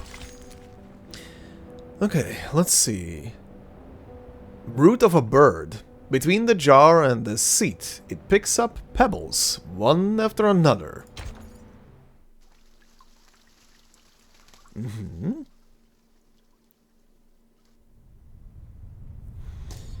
Everybody's back. In pairs and dozens, the Apeiron believers enter the venue. The plaintiff and the defendant are also seated. Poor Sonetto. Are you alright? Don't worry, Timekeeper. I'll defend myself. You sound like you're in panic. Are you gonna be fine? She looks pale, but she is gazing steadily at the front. Back in the Foundation, I once won a public debate of a similar nature. Yeah, but I don't think your life was on the line last time. This is my duty. I won't let it get in the way of the team's investigation. Sonetto. Sonetto lowers her head in silence, then sets off resolutely to the center of the hall. This scene is all too familiar. Oh, hi. Inside the hall, a judge sits in authority. By our tradition, Miss Sonetto will be given the poisoned wine, so she will be muted and stay that way forever. Jesus Christ. However, Sophia raised her objection against the decision. After giving the matter some discreet thought, I have decided it is necessary to hold an assembly and take care of it democratically. Those of you who agree to the death sentence may remain seated. Those of you who wish to commute Miss Sonetto's punishment, please put your pebble into the pot in the middle of the hall. Now, Miss Sonetto, Miss Vertin, you may defend yourselves until the sand in this hourglass falls to the bottom. Oh boy, time limit. Truly, this is a formidable war. Relax and take a deep breath. Do as the training taught you. I am Sonetto from St. Pavla Foundation. I wish all the honorable audiences here would lend me their ears to hear my defense as a humanitarian gesture. What number are you? Pardon? A sharp question is thrown at them from the auditorium. Defendant, the court requires an answer. What is your number? And who are you, knockoff Caesar? What? Me? No, I don't have a number. Don't waste our time. People without a number cannot stand in the Hall of Truth. All her words are void. Sentence her to death now! The crowd mumbles approval. The judge knocks at the stone bell. 42's argument is valid. Defenders, what do you wish to contend? Shit, there is a 42. Okay. What? It's valid? Sonetto's face has gone pale. What she has prepared, formal justice, procedural justice, or the training she had simply has no effect here. This is a new territory. Yeah, this is not your usual debate. Objection! Said Phoenix Wright. A petite figure stands up from the auditorium. According to the record, the last time we inflicted severe punishment was in 1980 to a visitor who ate beans. He ate a carbuncle that feeds on beans. Then he was sentenced to death according to the said theory. What? In our scripture, eating beans is the most evil sin, which undoubtedly fits the most severe punishment. But if we are now executing people for breaking the silence at the assembly, how would it reflect our attitude towards the consumption of beans? Has the latter become less sinful? I suggest Sonetto's punishment to be commuted. The crowd start to clamor. A good argument. 37's argument is deemed valid. The debate will continue. 37 sits down, feeling satisfied. Then a tall man languidly stands up. Objection. And there is Adonis. The punishment for eating beans is to throw the offenders into the Gorgon current, while the punishment for the silence breaker is to drink poisoned wine. Among all the punishments we have, there's no other punishment more dreadful than being thrown into the Gorgon current. Because eternity and infinity are the two things we have the least knowledge of, which makes them the most ghastly punishments among all. Giving her the poisoned wine doesn't make the consumption of beans less sinful. Her argument is invalid. The objection comes quicker than the knock on the stone bell. Objection! Both of the crimes would fall into the same category if we are taking the punishment as a frame of reference, which is death. Objection. The two crimes in question are not commensurable, which makes your comparison invalid. I can't. Phoenix Wright has marked me forever with objection. I can't take that word seriously anymore. The debate is heating up. The crowd is becoming restless. More and more pebbles are thrown into the pot. What's this? I'm completely lost in this irrational debate. I see. So that's how it works. Timekeeper? Relax. I will help you. Time for Timekeeper to do shit. Calm down. Raise your right hand. This is just a debate. It's not about reality. It's not about justice. And it's not about reason. It's about winning. I object. Oh, damn the echo. Oh? Battle? What's the battle here? Against the debaters? Oh my god, it is. Male believer, female believer, male believer. Okay, male. The believer of the School of Apeiron, a seeker of knowledge who devoutly follows the decrees. Order in offense and defense is the essence of debate. In this way, there is still room for improvement. Female believer, the believer of the School of Apeiron, a seeker of knowledge who devoutly follows the decrees. Elegant wisdom is condensed into contemplation. In this way, she has gained much. Okay. Not counted as a boss battle, right? They're just regular enemies. Okay. This trial is mine to judge. Oh, it's a one-on-one. I'd like to start by quoting 42's first argument.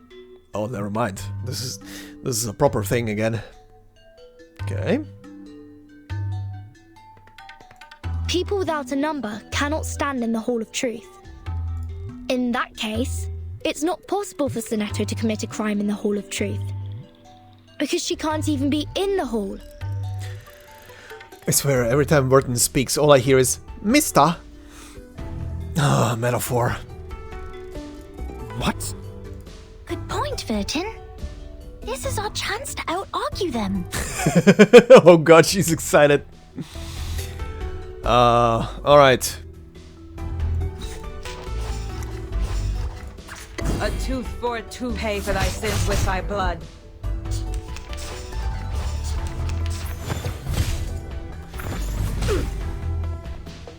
Your argument Off thou go. is weak. Thou shalt make an atonement for thy sins in full. These are merely clumsy sophisms. We've all seen her break the maxim. Objection! What you see cannot be submitted to the court as a transcendental fact.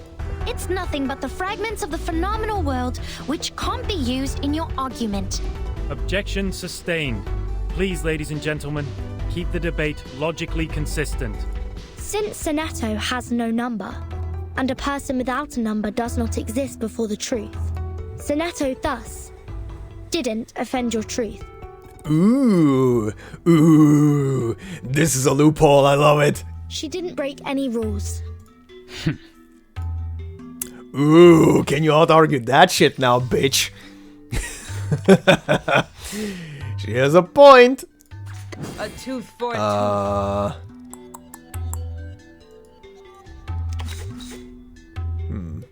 Sure. An eye for an eye. Doesn't matter. Pay for thy sins with thy blood. The law is above all else. So many healing cards. Ow. God, so many healing cards. A tooth for a tooth, an Sure. eye for an eye. Feeleth pain and knoweth regret. Noble or lowly, sin shall be punished. Resistance is futile. Also, is this kind of like a thing now? The person, the judge, the inquisitor here, fighting with the Greeks. Meanwhile, as I've said before, her name is kind of Greek. This is kind of poetic, I'm not gonna lie. Off thou go. A tooth for a tooth, thou shalt make an atonement for thy sins in full. Get wrecked, fool. Objection! The rule breaker has a number. We can all tell that she is very likely an integer. Uh-huh. Therefore, she should be identified as an unknown number, not void. Your sophism has failed. 42's argument is held valid. Is there anything else you'd like to add, defendant? Tell you a secret, Vertin? Hmm? We would call criminals negative numbers. Huh. I got it! Uh-huh. Fascinating. Hold on.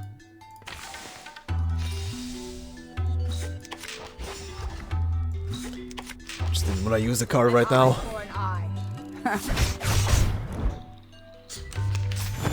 Resistance is futile. Fool. A tooth, an eye for an eye.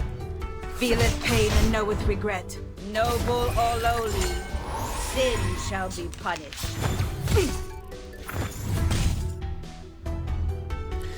Off thou go. An eye for an eye. Get judged. Thou shalt make an atonement for thy sins in full. It is easy to prove Sonetto's innocence. According to the law of the excluded middle, Sonetto either committed a sin or committed no sin. The two statements cannot be both false at the same time. Since we consider a criminal as a negative number, and a non-criminal as a positive number, Sonetto at present is considered an unknown number. That means she doesn't belong to the criminal set, or the non-criminal set. She did not commit a sin, and did not commit no sin. It's a paradox. I hereby demand to modify the criminal sentence that has been given to Sonetto. Using troops.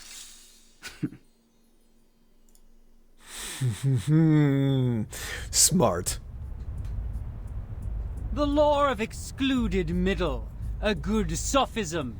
Good for you to create a paradox from one sentence of my argument.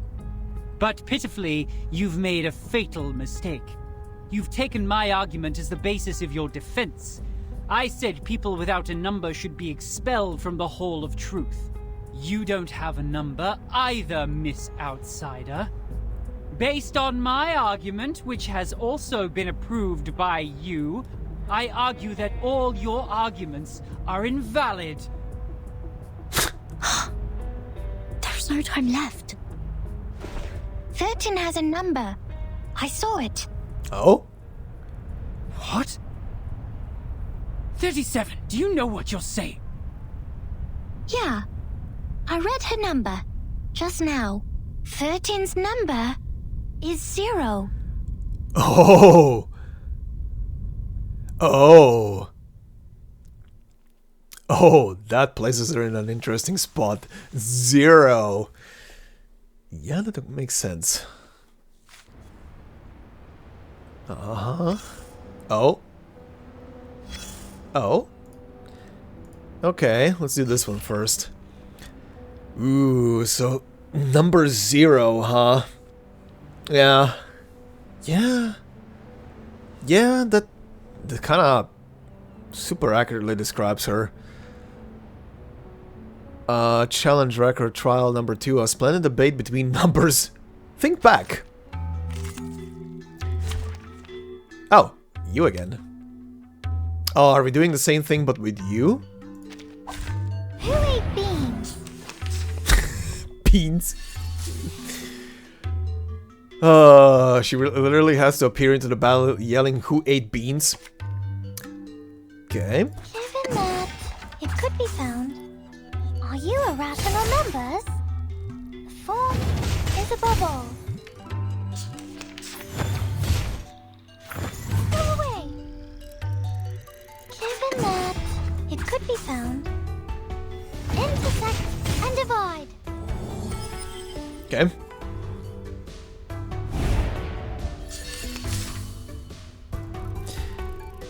Alright, give me this. Combined with that. Final demonstration. A perfect argument. Time for the trip. The world of numbers.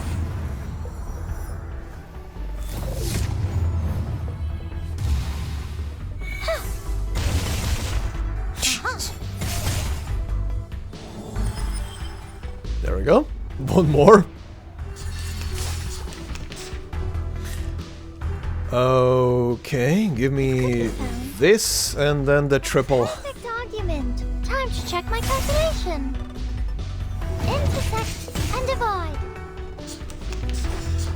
Almost dead. Well, that's stacked. The final perfect argument. Welcome to the world of numbers. No beans allowed.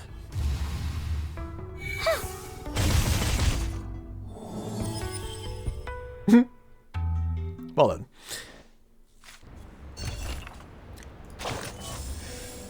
Thank you for that. Okay, let's see. Come closer. That's right. Take a few more steps and immerse yourself in the shadow, including that hat. You don't want those good ears to hear this private conversation. Okay, I'm close. What? That pad of paper from the miss? Yes, the one wielding the ruler is quite valuable.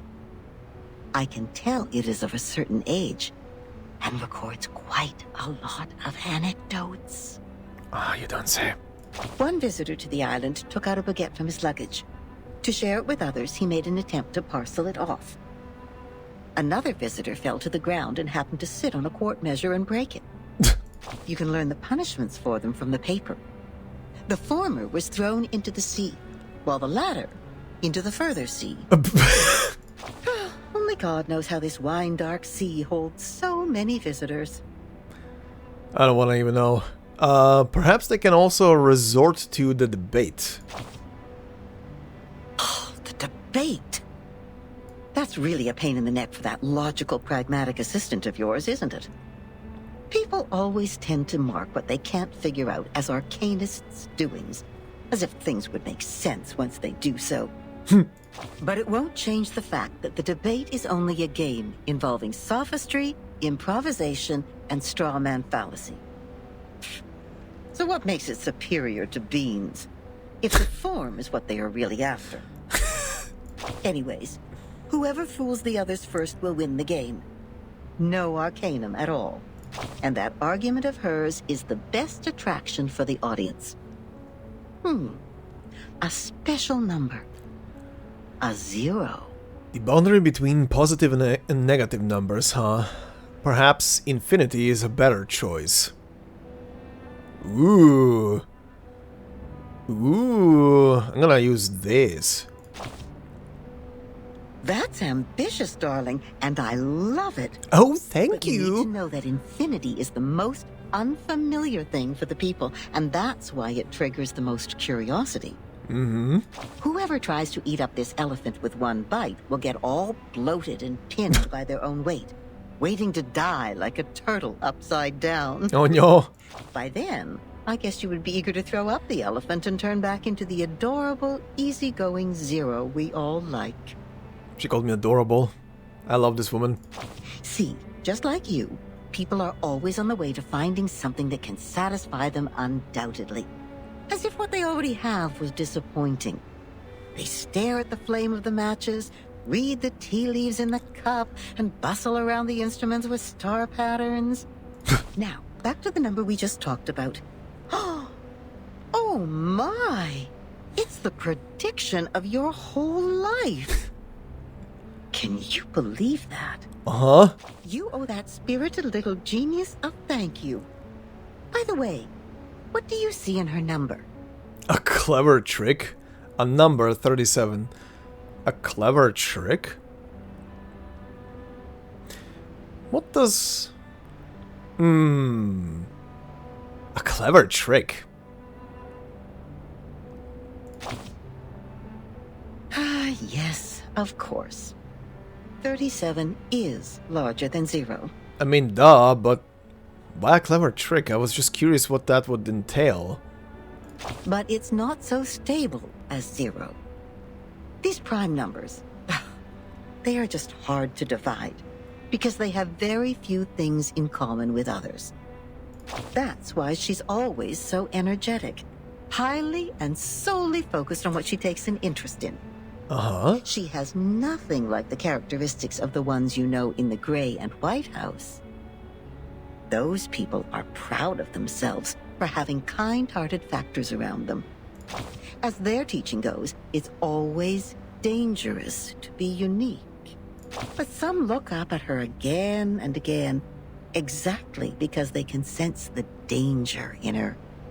You are also a good example. You've been looking up, haven't you? Huh. Huh. Oh, I love this. I love this graph. Uh-huh. Oh god, that takes me back to school.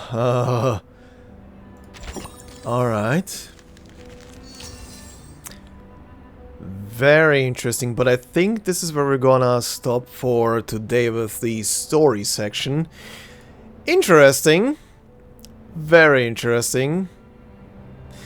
I do wonder what else the number 0 is gonna play into. Ooh. This is starting to becoming more and more interesting. The more we're going with this, plus that they brought in series into the whole discussion and everything. I wonder what that plays a role into then. Why is that dwarf planet so significant to them then? For that mathematical equation. Huh. Interesting. Very interesting. But, like I said, this is where we're gonna end the story section for today. But before we do so, I do want to do a couple of polls. Because a certain cool motherfucker has been added to the game. Most people are just like the thick cloud in the sky, burdened with cumulative agony and joy. Their countenance also demonstrates the story of aging, which is quite hard to ease. Also on this topic, she is almost at 100% at this point.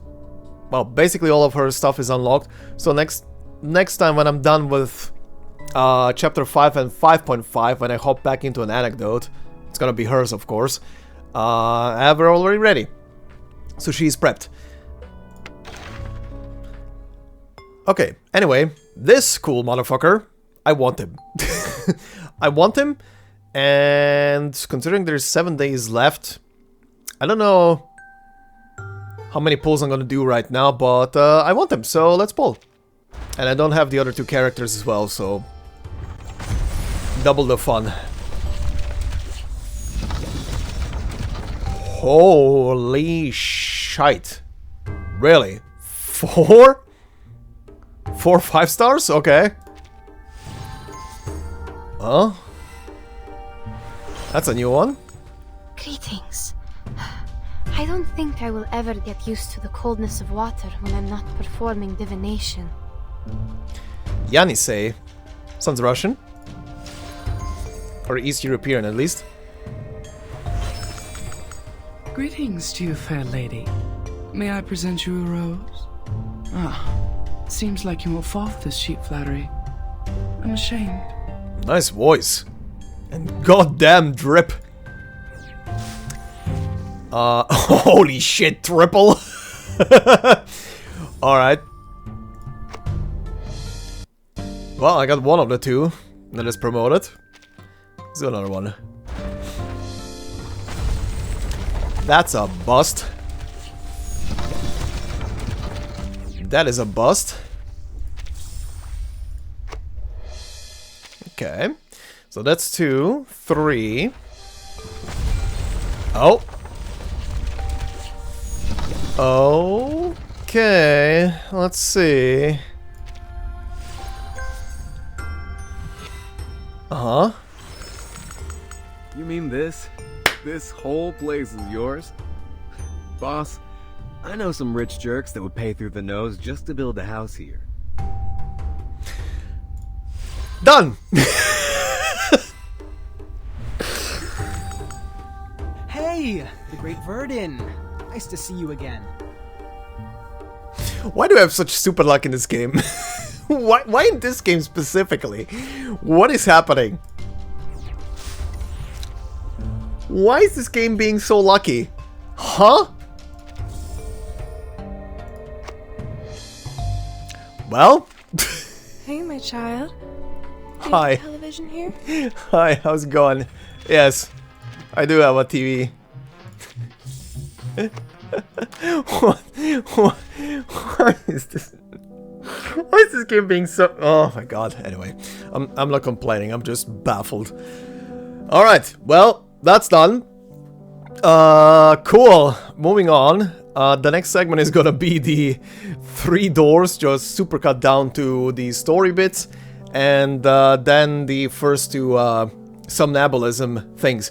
Now, very quickly as well. The first somnambulism thing that you're gonna see, at the beginning I did an oopsie because I didn't realize that the thing I clicked on started a, in quotes, cutscene. There was text popping up, but I didn't realize it at first, so I kind of picked up on it in a bit afterwards, so a bit of it is missing at the beginning, but it's fine. The rest is still there. The second part was much cleaner, so you're gonna get to see me go through that and discover what's in it. But yeah, we're gonna begin with the 3 doors. Another quick little jaunt because I've seen that there is like so many more of these to discover in here, so probably the supercut is probably gonna be just hitting every single one of these. Well, not every single one of these in one single video today, but you know, at least a couple of them. But yeah, anyway, for now, enjoy the rest of the video, and let's continue. Doubts and accusations. A family crisis is imminent.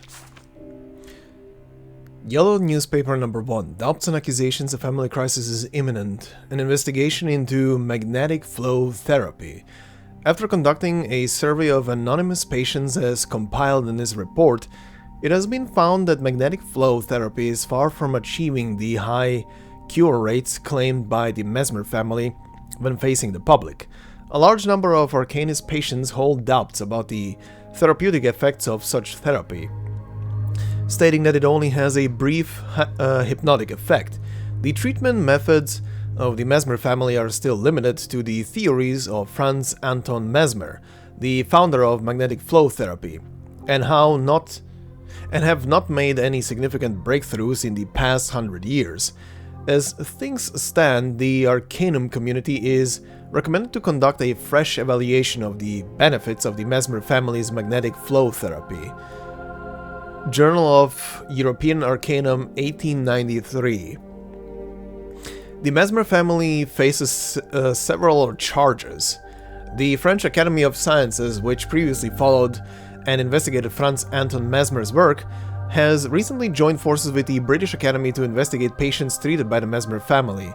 The Joint Investigation Committee formed by the two nations stated that this move aims to expose the falsehoods of the Mesmer family's magnetic flow therapy and unveil the secrets hidden beneath the Mesmer family's century-old veil of secrecy. It is particularly ironic that as a member of the Mesmer family mainly versed in psychotherapy, Scott Mesmer, a physician once appointed by the British royal family, was recently admitted to the Alekfam,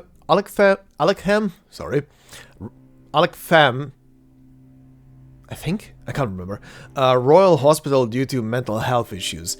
The Mesmer family has not yet commented on this incident. The Times, the year 1900. Okay, so yeah, they're under investigation for stuff. Interesting. Makes sense. Also, I seem to be missing one singular thing somewhere. Let me find it.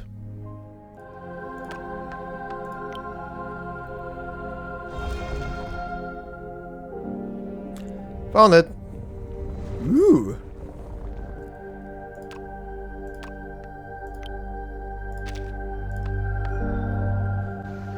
Quick battle, huh?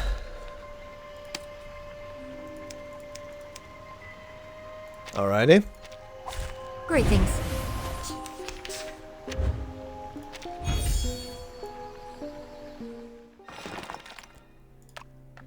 Alright. Okay. That is all the thingies. Right. Oh, there is a note. There is a note, I almost missed it. What is this? A well-known story of glorious deeds and a proud, influential family. Excerpt from the London Gazette, 1880. Mesmer Foundation officially founded. This month, the Mesmer family officially announced the establishment of the Mesmer Foundation at Great Britain's Royal College of Psychiatrists, providing long-term funding for understanding medical students. This is their 8th foundation established in Europe. Damn. In the 70s, Franz Anton Mesmer of Vienna proposed the theory of animal magnetism. Hey! That's the thing you guys mentioned. And designed magnetic flow therapy techniques to be applied to the human body. Through its unique hypnotic methods and ability to control magnetic flow, the technique has been effective in curing mental disorders such as hysteria and fainting in patients and has since gained much repute among the medical community. Magnetic flow therapy later became a unique brand of treatment practiced only by the Mesmer family, with most family members being hired as exclusive physicians for oligarchs and political party leaders upon reaching adulthood. Although many still question the effectiveness of magnetic flow therapy, this has not prevented the Mesmers from becoming the most well-known medical family in London. Still, rumors abound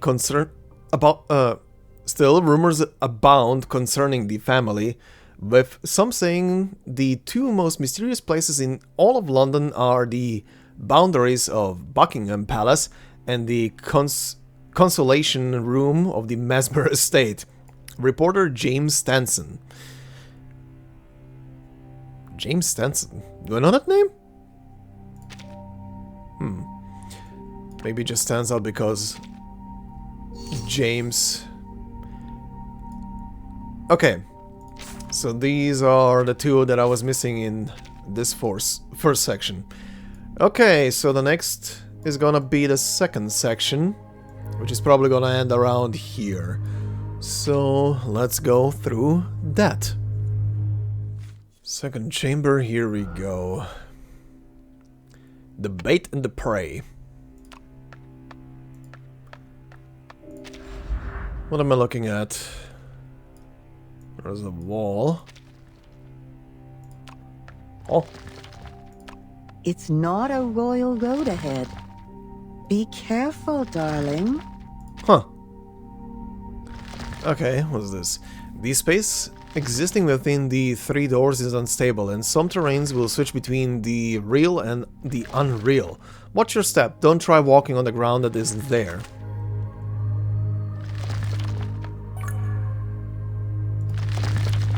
Okay, had a feeling. Cool. Ooh. Oh, these steelies remind me of the letters from some juniors I know. I put them under my bed, and somehow one of them pops out from time to time. Those juniors. A steely or a junior? After me, but left before I will.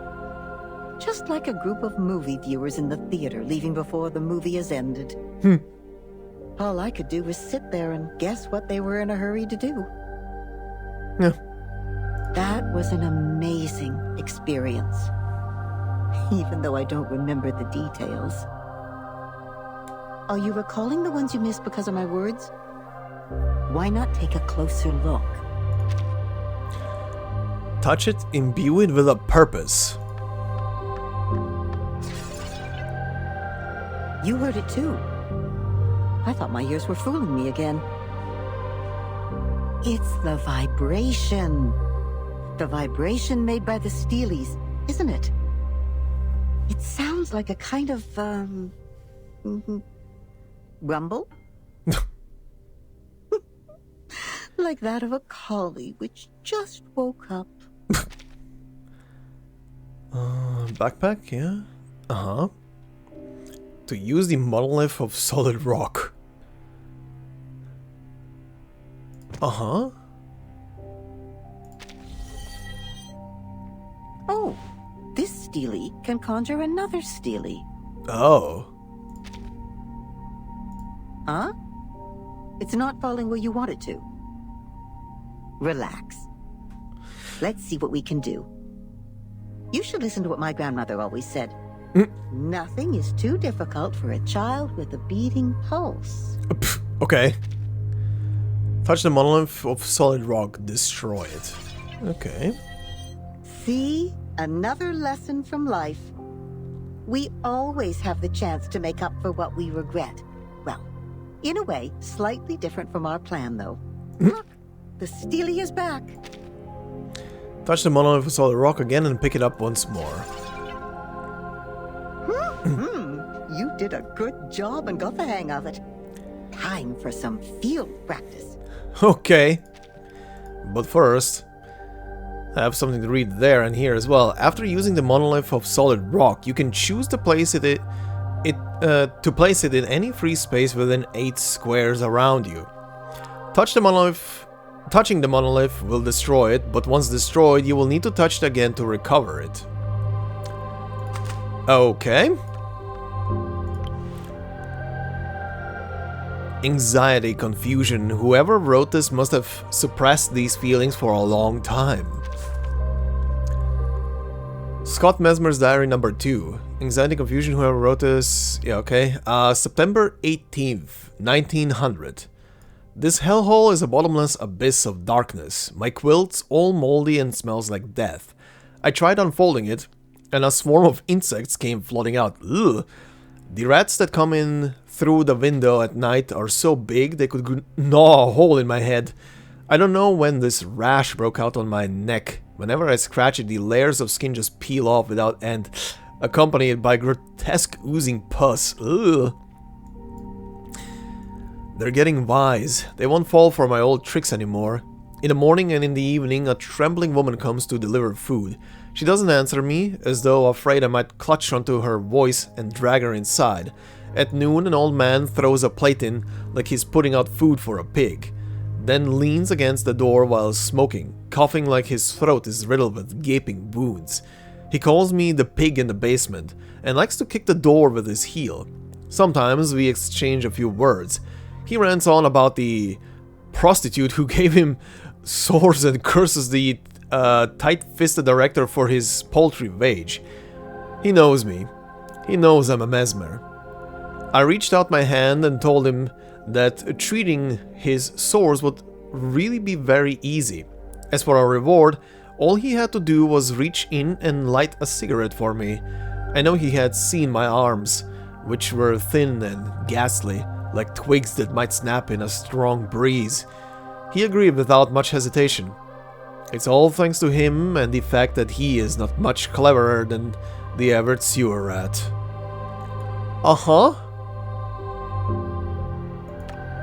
Lovely.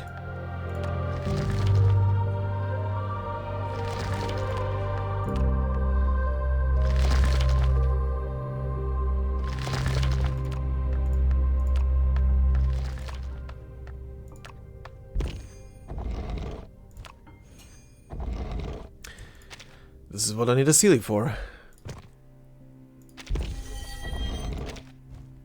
Need to place a weight down.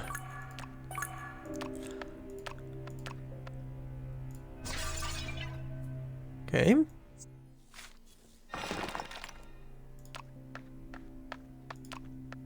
Oh, the next set of notes. Chaotic yet vaguely pointing to a certain truth. Yellow newspaper number 2, chaotic yet vaguely pointing at a certain truth. Alctham Royal Hospital turns away patients amid debt fiasco. Manchester Guardian, 1908. British Academy of Science Investigation Committee withdraws lawsuit Mesmer's reclaim reputation. London Gazette, 1909. So at 1908, turns away patients amid debt fiasco. In 1909, withdraws the lawsuit, Mesmer's reclaimed reputation. In 1910, Scott Mesmer disappears, Alctham Royal Hospital refuses to comment. In 1912, Geoffrey August Curtin's sudden fortune. Where did it come from? And also in 1912, Mesmer Foundation shocker. Inside scoop. Okay, something happened. Something was discovered. Ooh.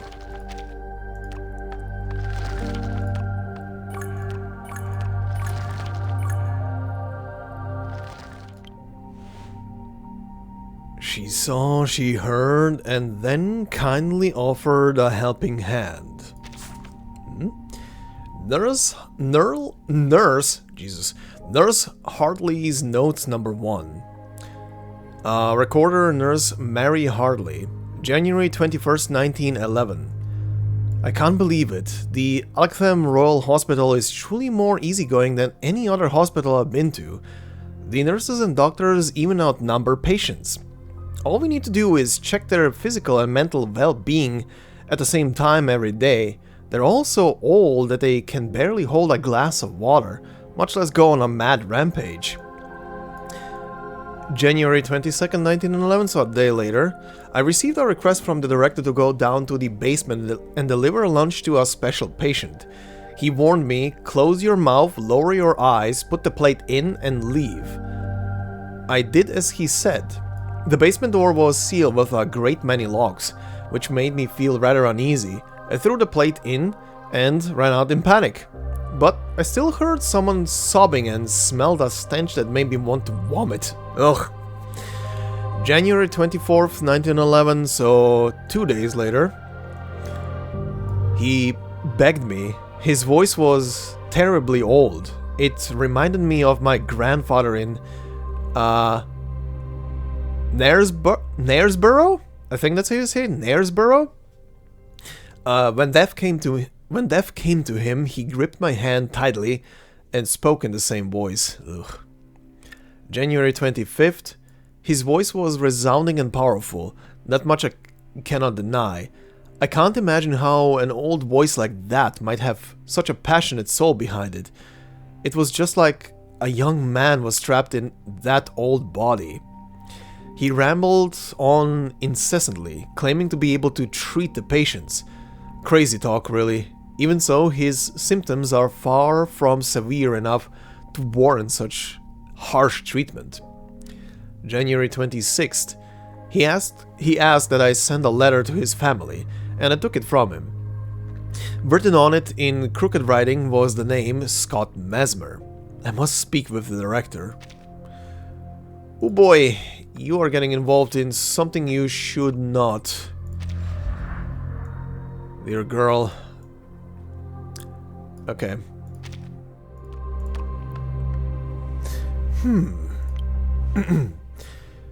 Hooked and baited. He knows his art well.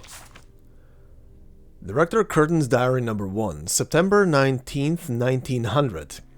That drunkard finally fished up something. He spoke at length with my guest and even struck a deal.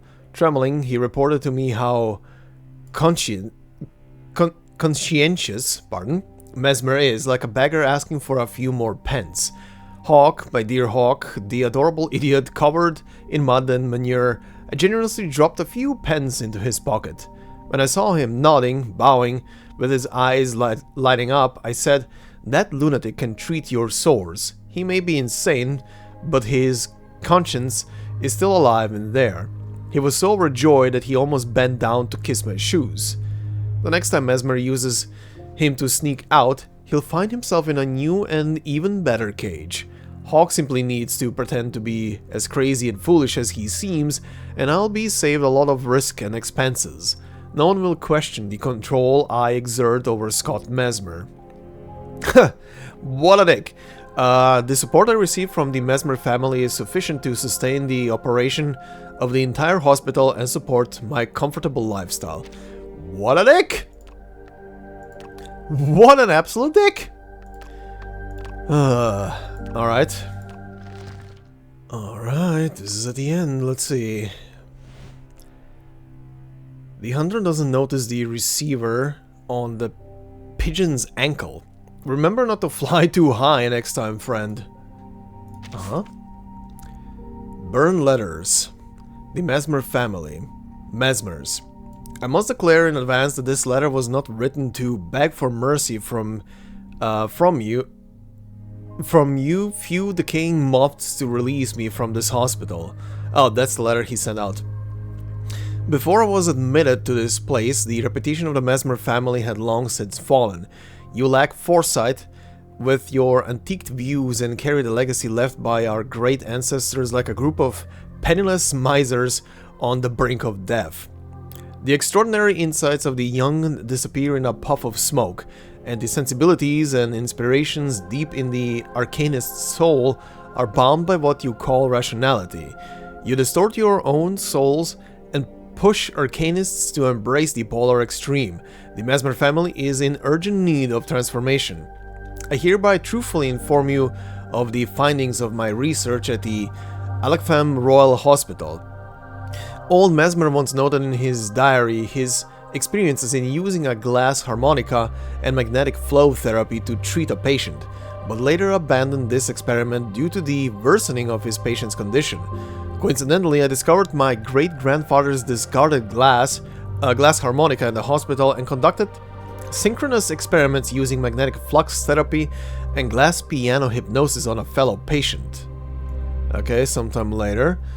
Compared to magnetic flow therapy alone, with the assistance of the artificial instrument, namely the glass harmonica, the patient was more likely to enter a deep hypnotic state. The patient's performance shows that the sound frequency is a vital consideration in guiding the patient, and theoretically there is a possibility one might apply directional induction of complex brain functions such as imagination, memory, and emotion. I have named this tentative theory and its related phenomenon artificial somnambulism. This is the inception of it, huh? Okay, this study will bring unprecedented changes to the field of Arcanum and even to the entire world. I need a member of the family to bring me back to the outside world. I feel like I don't have much time left, and for me, confirming this hypothesis is more important than my freedom. Yes, I'm willing to swallow my pride for the sake of this request. I sincerely implore you, every last Mesmer, to understand the value behind this theory. I need your help more than ever. Scott Mesmer. It's choking me to death, the ashes in this fireblaze. I got tears all over my face. The poor child abandoned by his family finally decided to beg. He was thirsty for freedom. But what made him swallow his pride was the science he believed in. Such admirable spirit. I'm sorry, he deserved better than that. This is the price he paid for his choice. Huh.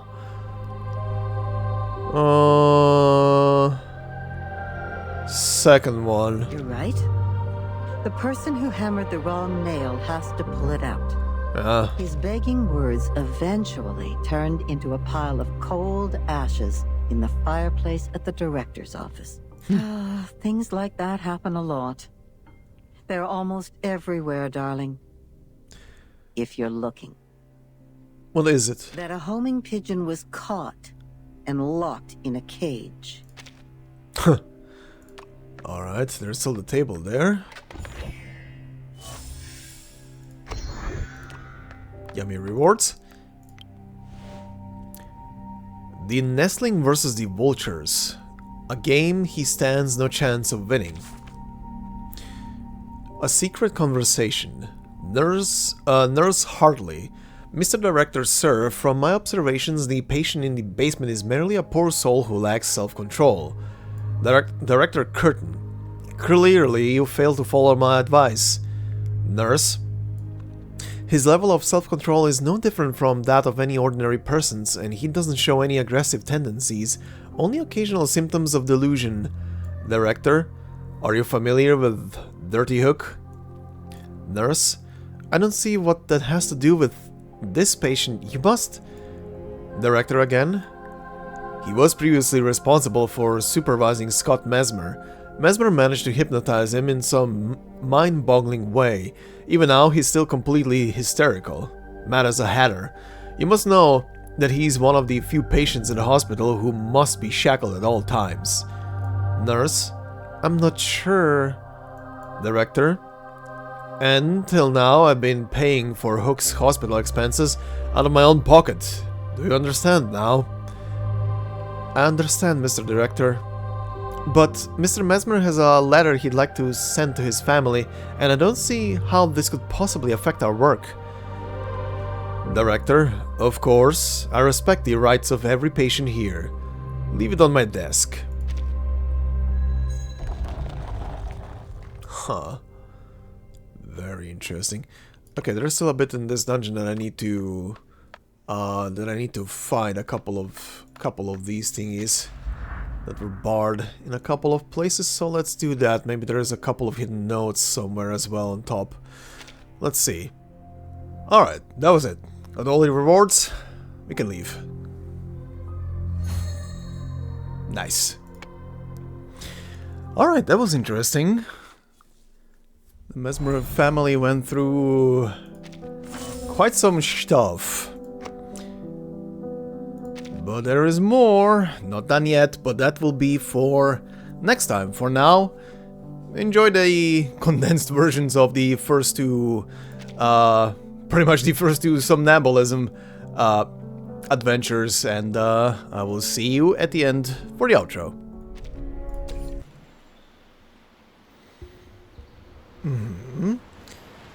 Details of each stage of the dream so that you know what's coming next. Okay. Many events are prowling in every corner of the dream. Tap on them to discover more. Okay. Whoa. Okay. Can I replay that?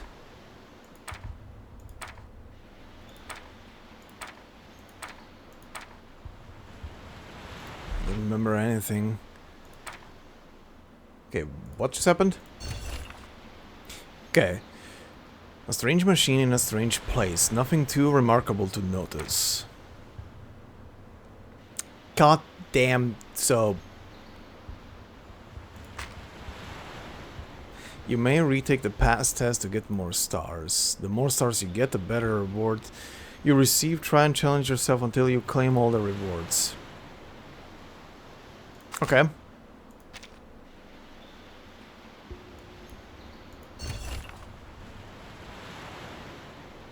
Oh, I think this was the thing I clicked on.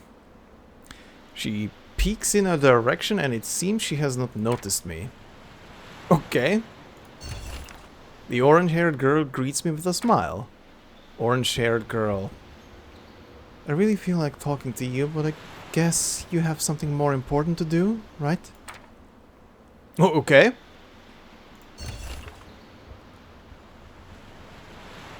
Vertin?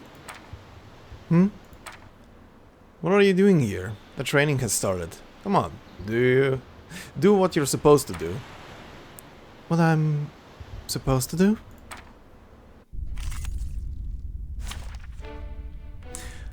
Alright. Battles may take place in dreams. If you fight perfectly, you will complete the task with more stars and pass the test. Okay. The deals on enemies in dream. Yeah, okay. Huh. They're literally like...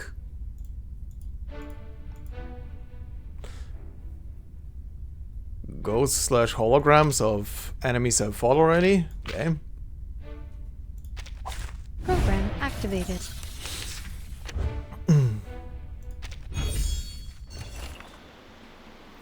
It settled my complete victory. As their standard wands fall to the dust, the delightful ringing from outside the fence declares my victory. Winner Vertin. Congratulations! Your excellent performance has brought you an undoubted victory. You are the best graduate of the year, and I'll be more than willing to prepare an honorary certificate and a reference which is commensurate with your performance.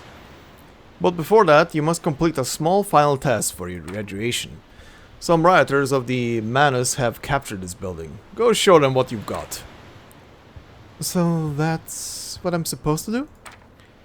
For the well-being of mankind. An orange-haired girl is looking up at the ceiling. She seems to be thinking about something. It seems she is meant to be there, like a fact to be taken for granted, like the Boston ivy is meant to be found on the outer wall of this building. But she seems so out of place at the same time, just like the orange China rose blooming out of the Boston ivy, which is generally impossible. She belongs here, though she shouldn't have. I know her. But memory starts to bright up from the moment I see her. Vertin, what are you doing here? I'm carrying out a mission given by the instructor. The instructor has always liked you. Back at school, I was always the one standing in the corner while you were always praised by the instructor. Her words somehow sound strange to me. Is that real? Maybe it is so. Then should I act prouder of myself? But I will leave here and go work for the Foundation in the future. By then, we won't be seeing each other as often as we are now. So I'm thinking... Yeah? A squeak? I hear the shrill squeak of Glyrus rattling like two pieces of rusted iron rubbing each other. Something nasty falls along with the rust. Well, I'm more than happy to share the results of my brooding, but before that, we need to deal with a small problem. Please give me a hand. Okay. Rats. Greetings.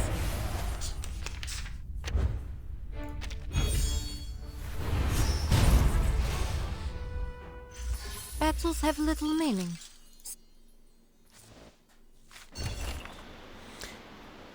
I thought about a lot of things, like what the outside world is like. I thought about a lot of things, like what the outside world is like, or what my future and your future will be like. Do you have an answer for that? Maybe, yes. Maybe no. I'm not sure how to explain it to you. We need more time to discuss this issue. Nevertheless, thank you for helping me. The hour is getting late. Please don't forget your mission. Thank you for the reminder. We will meet again, Vertin. The orange-haired girl has left the building. She has her own business to attend to. Even though I'm also curious about the outside world, I should focus on the mission before me first. Maybe one day in the future I will be able to go to the outside world with her. Alright.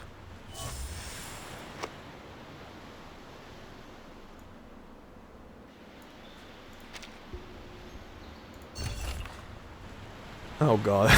In French. Okay. Vous. Okay. You. What are you looking at? Don't play dumb. It's you. Me? Yeah, that's right. You. Busted, huh? You've been peeking at her. I saw you. She talks so fast, reminding people of the tranquil lake which reflects the snow on the Alps. But of course, she has nothing like the lake itself. She has nothing like the lake itself. She's like the speedboat making huge noises on the lake, which ruin the tranquility and shredder the serenity of the snow mountain into pieces.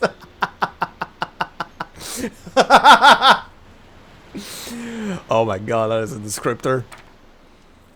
Who? Her, of course. Her tone suddenly goes down as if this speedboat had run out of power. She keeps hinting a direction with frequent glances, as if there lies a strong magnet which causes the failure of the speedboat's engine or attracts her eyes forcibly. Actually, I was staring at you. What? You saw me? No, I didn't peek at her at all. No, I didn't peek at her all the time. Hey, you hear me? You'd better keep this in mind.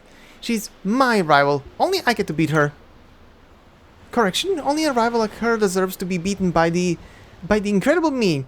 Remember, the #1 student can be no one but me. I'll make you understand that. Okay. Okay, Matilda. Greetings. Oh my god, I'm fighting off Crashback. Of course I am. The light that illuminates all. Using troops. No way, the incredible me lost to you. This can't be true. She runs away while talking to herself. So what on earth was she doing? Good question. More rewards. Okay, what's happening here? In the shadow of the ship hide several rioters of Manus Vindictae. Speaking of which, what does Manus Vindictae mean? Is it some kind of arcane skill? Their bodies look just the same as anyone else's, but the creepy way they move around somehow seems to be slimy and loggy. Black slime dripping from the gaps of their armor and robes. They look disgustingly creepy. I have to admit I am curious about the nature of the slime, but I will never ever touch it. Curiosity doesn't always result in action. That's the difference between human and moth. Those satisfying their curiosity without consideration will eventually pay for their thoughtlessness. I've been there, and that was quite a high price. Yeah, the kids. The rioters of the Manus have spotted me, and their scream pierces my ears. It seems I can't describe them as friendly. My eardrums slightly ache, as if there's a ball bouncing on them. At last, everything is settled and nothing is left. I am clear what I should do. I have made up my mind, and all I need is a little push. I will beat them to prove myself.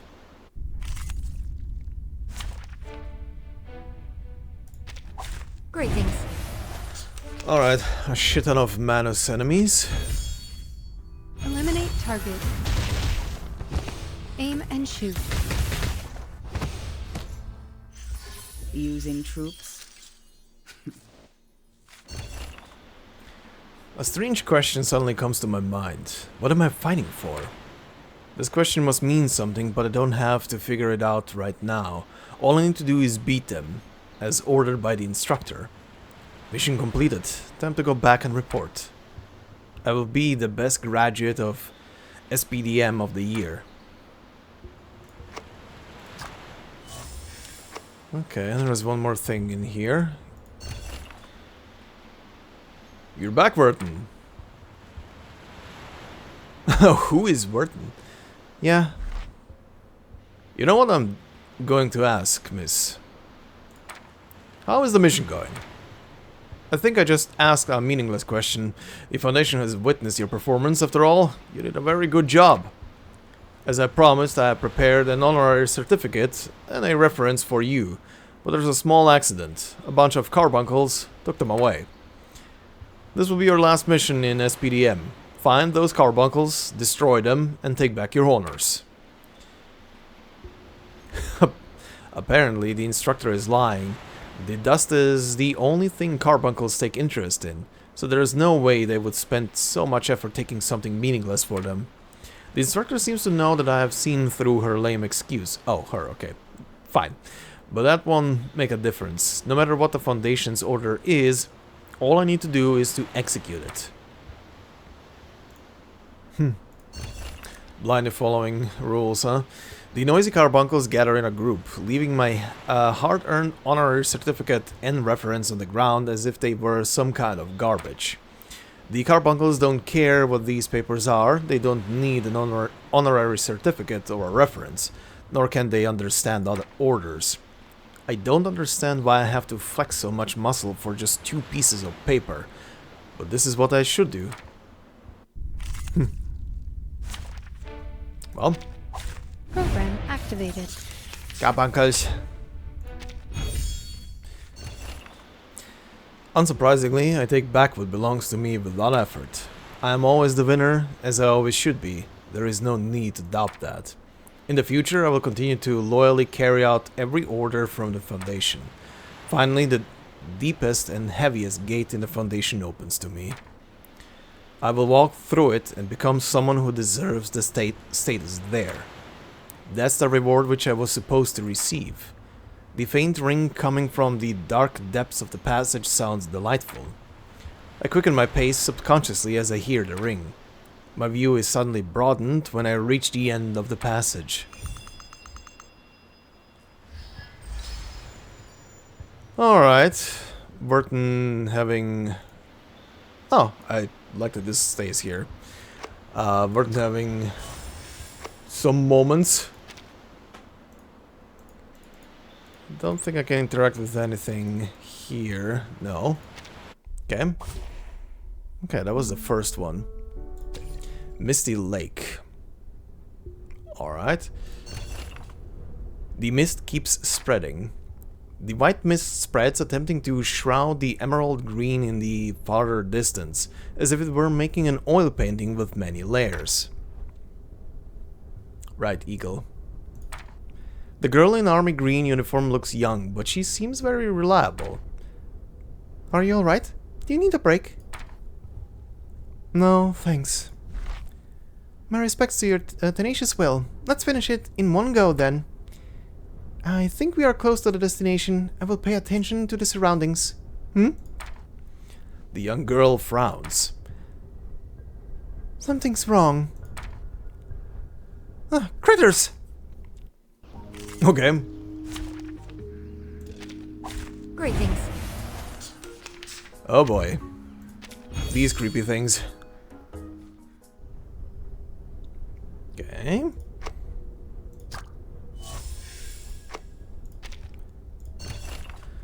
The critters have been dispersed, so has the thick mist. I walk out of the forest with the young girl, our vision suddenly widened. There is a tranquil lake by which is a clear opening. A place perfect for camping. Thank you, ma'am. Thanks to you, we have found a good spot for Girl Scout activities. You're welcome. Alright, I'll set up the tent now. Do you need help? Thank you, ma'am, but please leave it to me. It's my homework. Oh, wait, ma'am. It seems something has suddenly come to her mind. She rummages through her pockets for 3 coins and gives them to me. I heard there is a wishing elfin on the lake. Drop a coin in the lake and your wish will come true. If you have any wish to fulfill, you should have a try. The lake looks tranquil. Shall I drop something in it? Toss a coin. I look at the 3 coins in my hand, then at the lake. After a brief hesitation, I toss a coin into the lake incredulously. Is there really a genie? Is there really a genie who lives in the lake? Okay, I think that's a typo. Is there really a genie that lives in the lake? Oh, typo. It's missing a word. As the light fogs drifting around by the lake gather up at the center of the lake, several figures, almost in physical forms, emerge upon the water. Haha, she even has the brass to join the scouts. Someone has some bees in her head. Oh, only a boy can join the scouts. Show her our uniform. Oh boy. Assholes. Greetings. Assholes.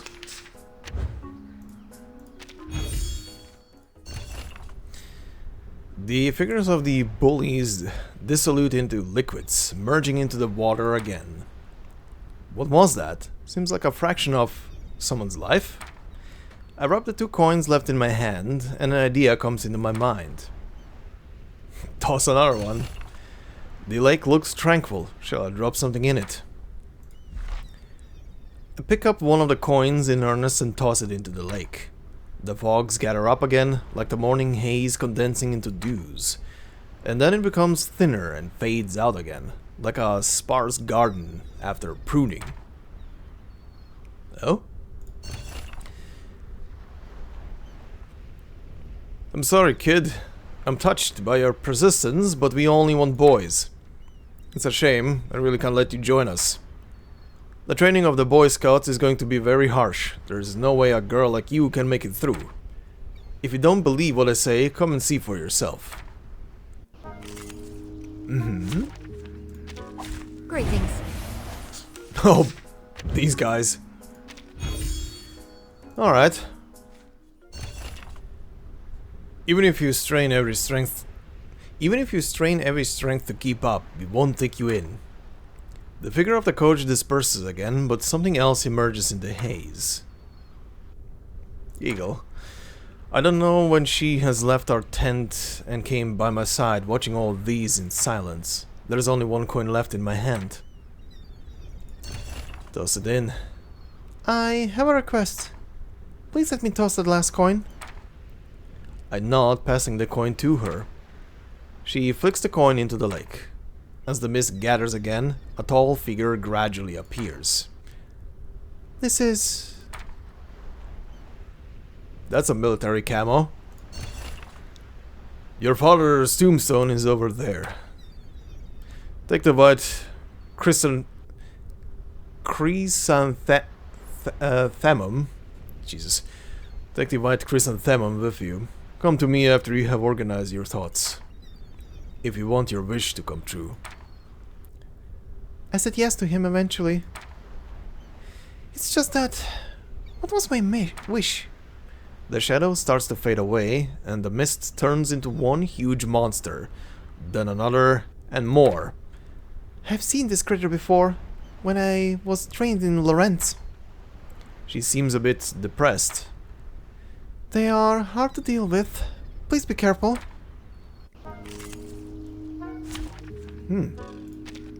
Greetings. Oh, good.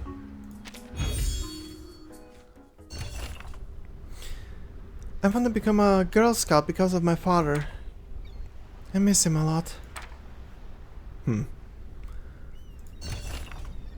Thank you for coming here to camp with me. Maybe they will never approve of me as a scout, but still, I want to prove myself. I will prove that I can do better than the boys. I will prove that girls are also qualified for scouts. I will prove that I can become an outstanding soldier and Arcanist just like my father. Suddenly, she is interrupted by a childish voice. Oh? The elephant in the lake? Question mark? Hey! A girl holding a pot emerges from the lake, looking annoyed. Oh, her. Did you drop these coins? Stop making wish to me.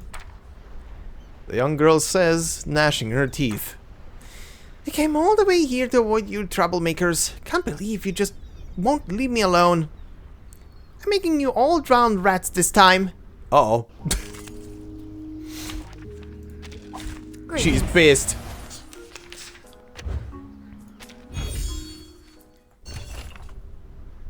Stop it! Enough!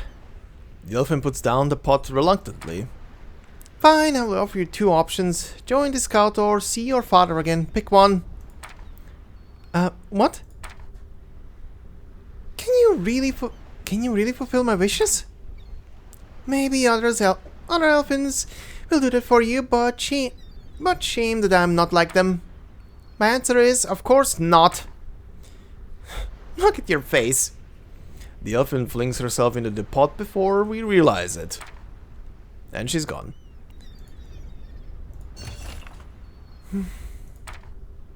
Ma'am, thanks to the elfin's question, I have figured out what I really want. Thank you for coming here with me. Besides the camping experience, I have learned something more meaningful. I have to set up your camp, by the way. Would you like to take a look inside? I nod, walk into the tent, and lie on the warm, solid bed. The soft touch of the blanket and the smell of the soil in the tent remind me of the memory from long, long ago. The memory about everything. I close my eyes, feeling drowsy, and fall asleep.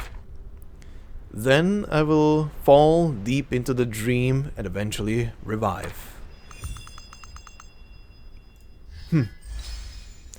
Okay, neat little story.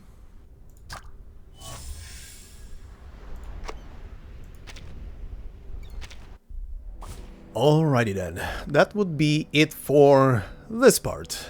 So then, very interesting section, especially for the story here.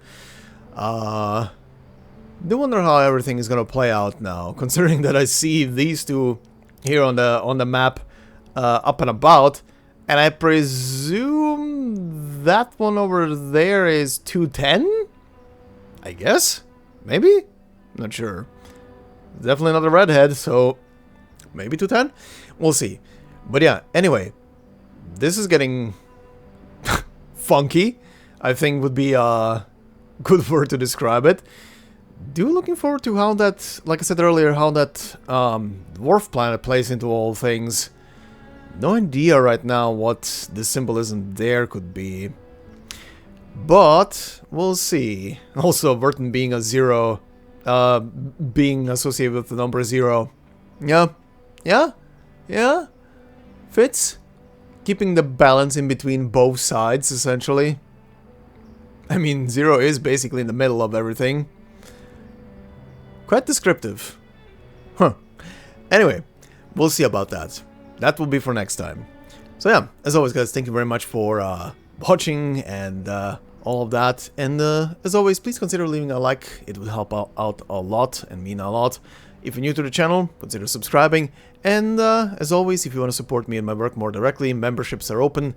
And of course, no video will be behind a membership. And thank you for all the members that are already there and supporting.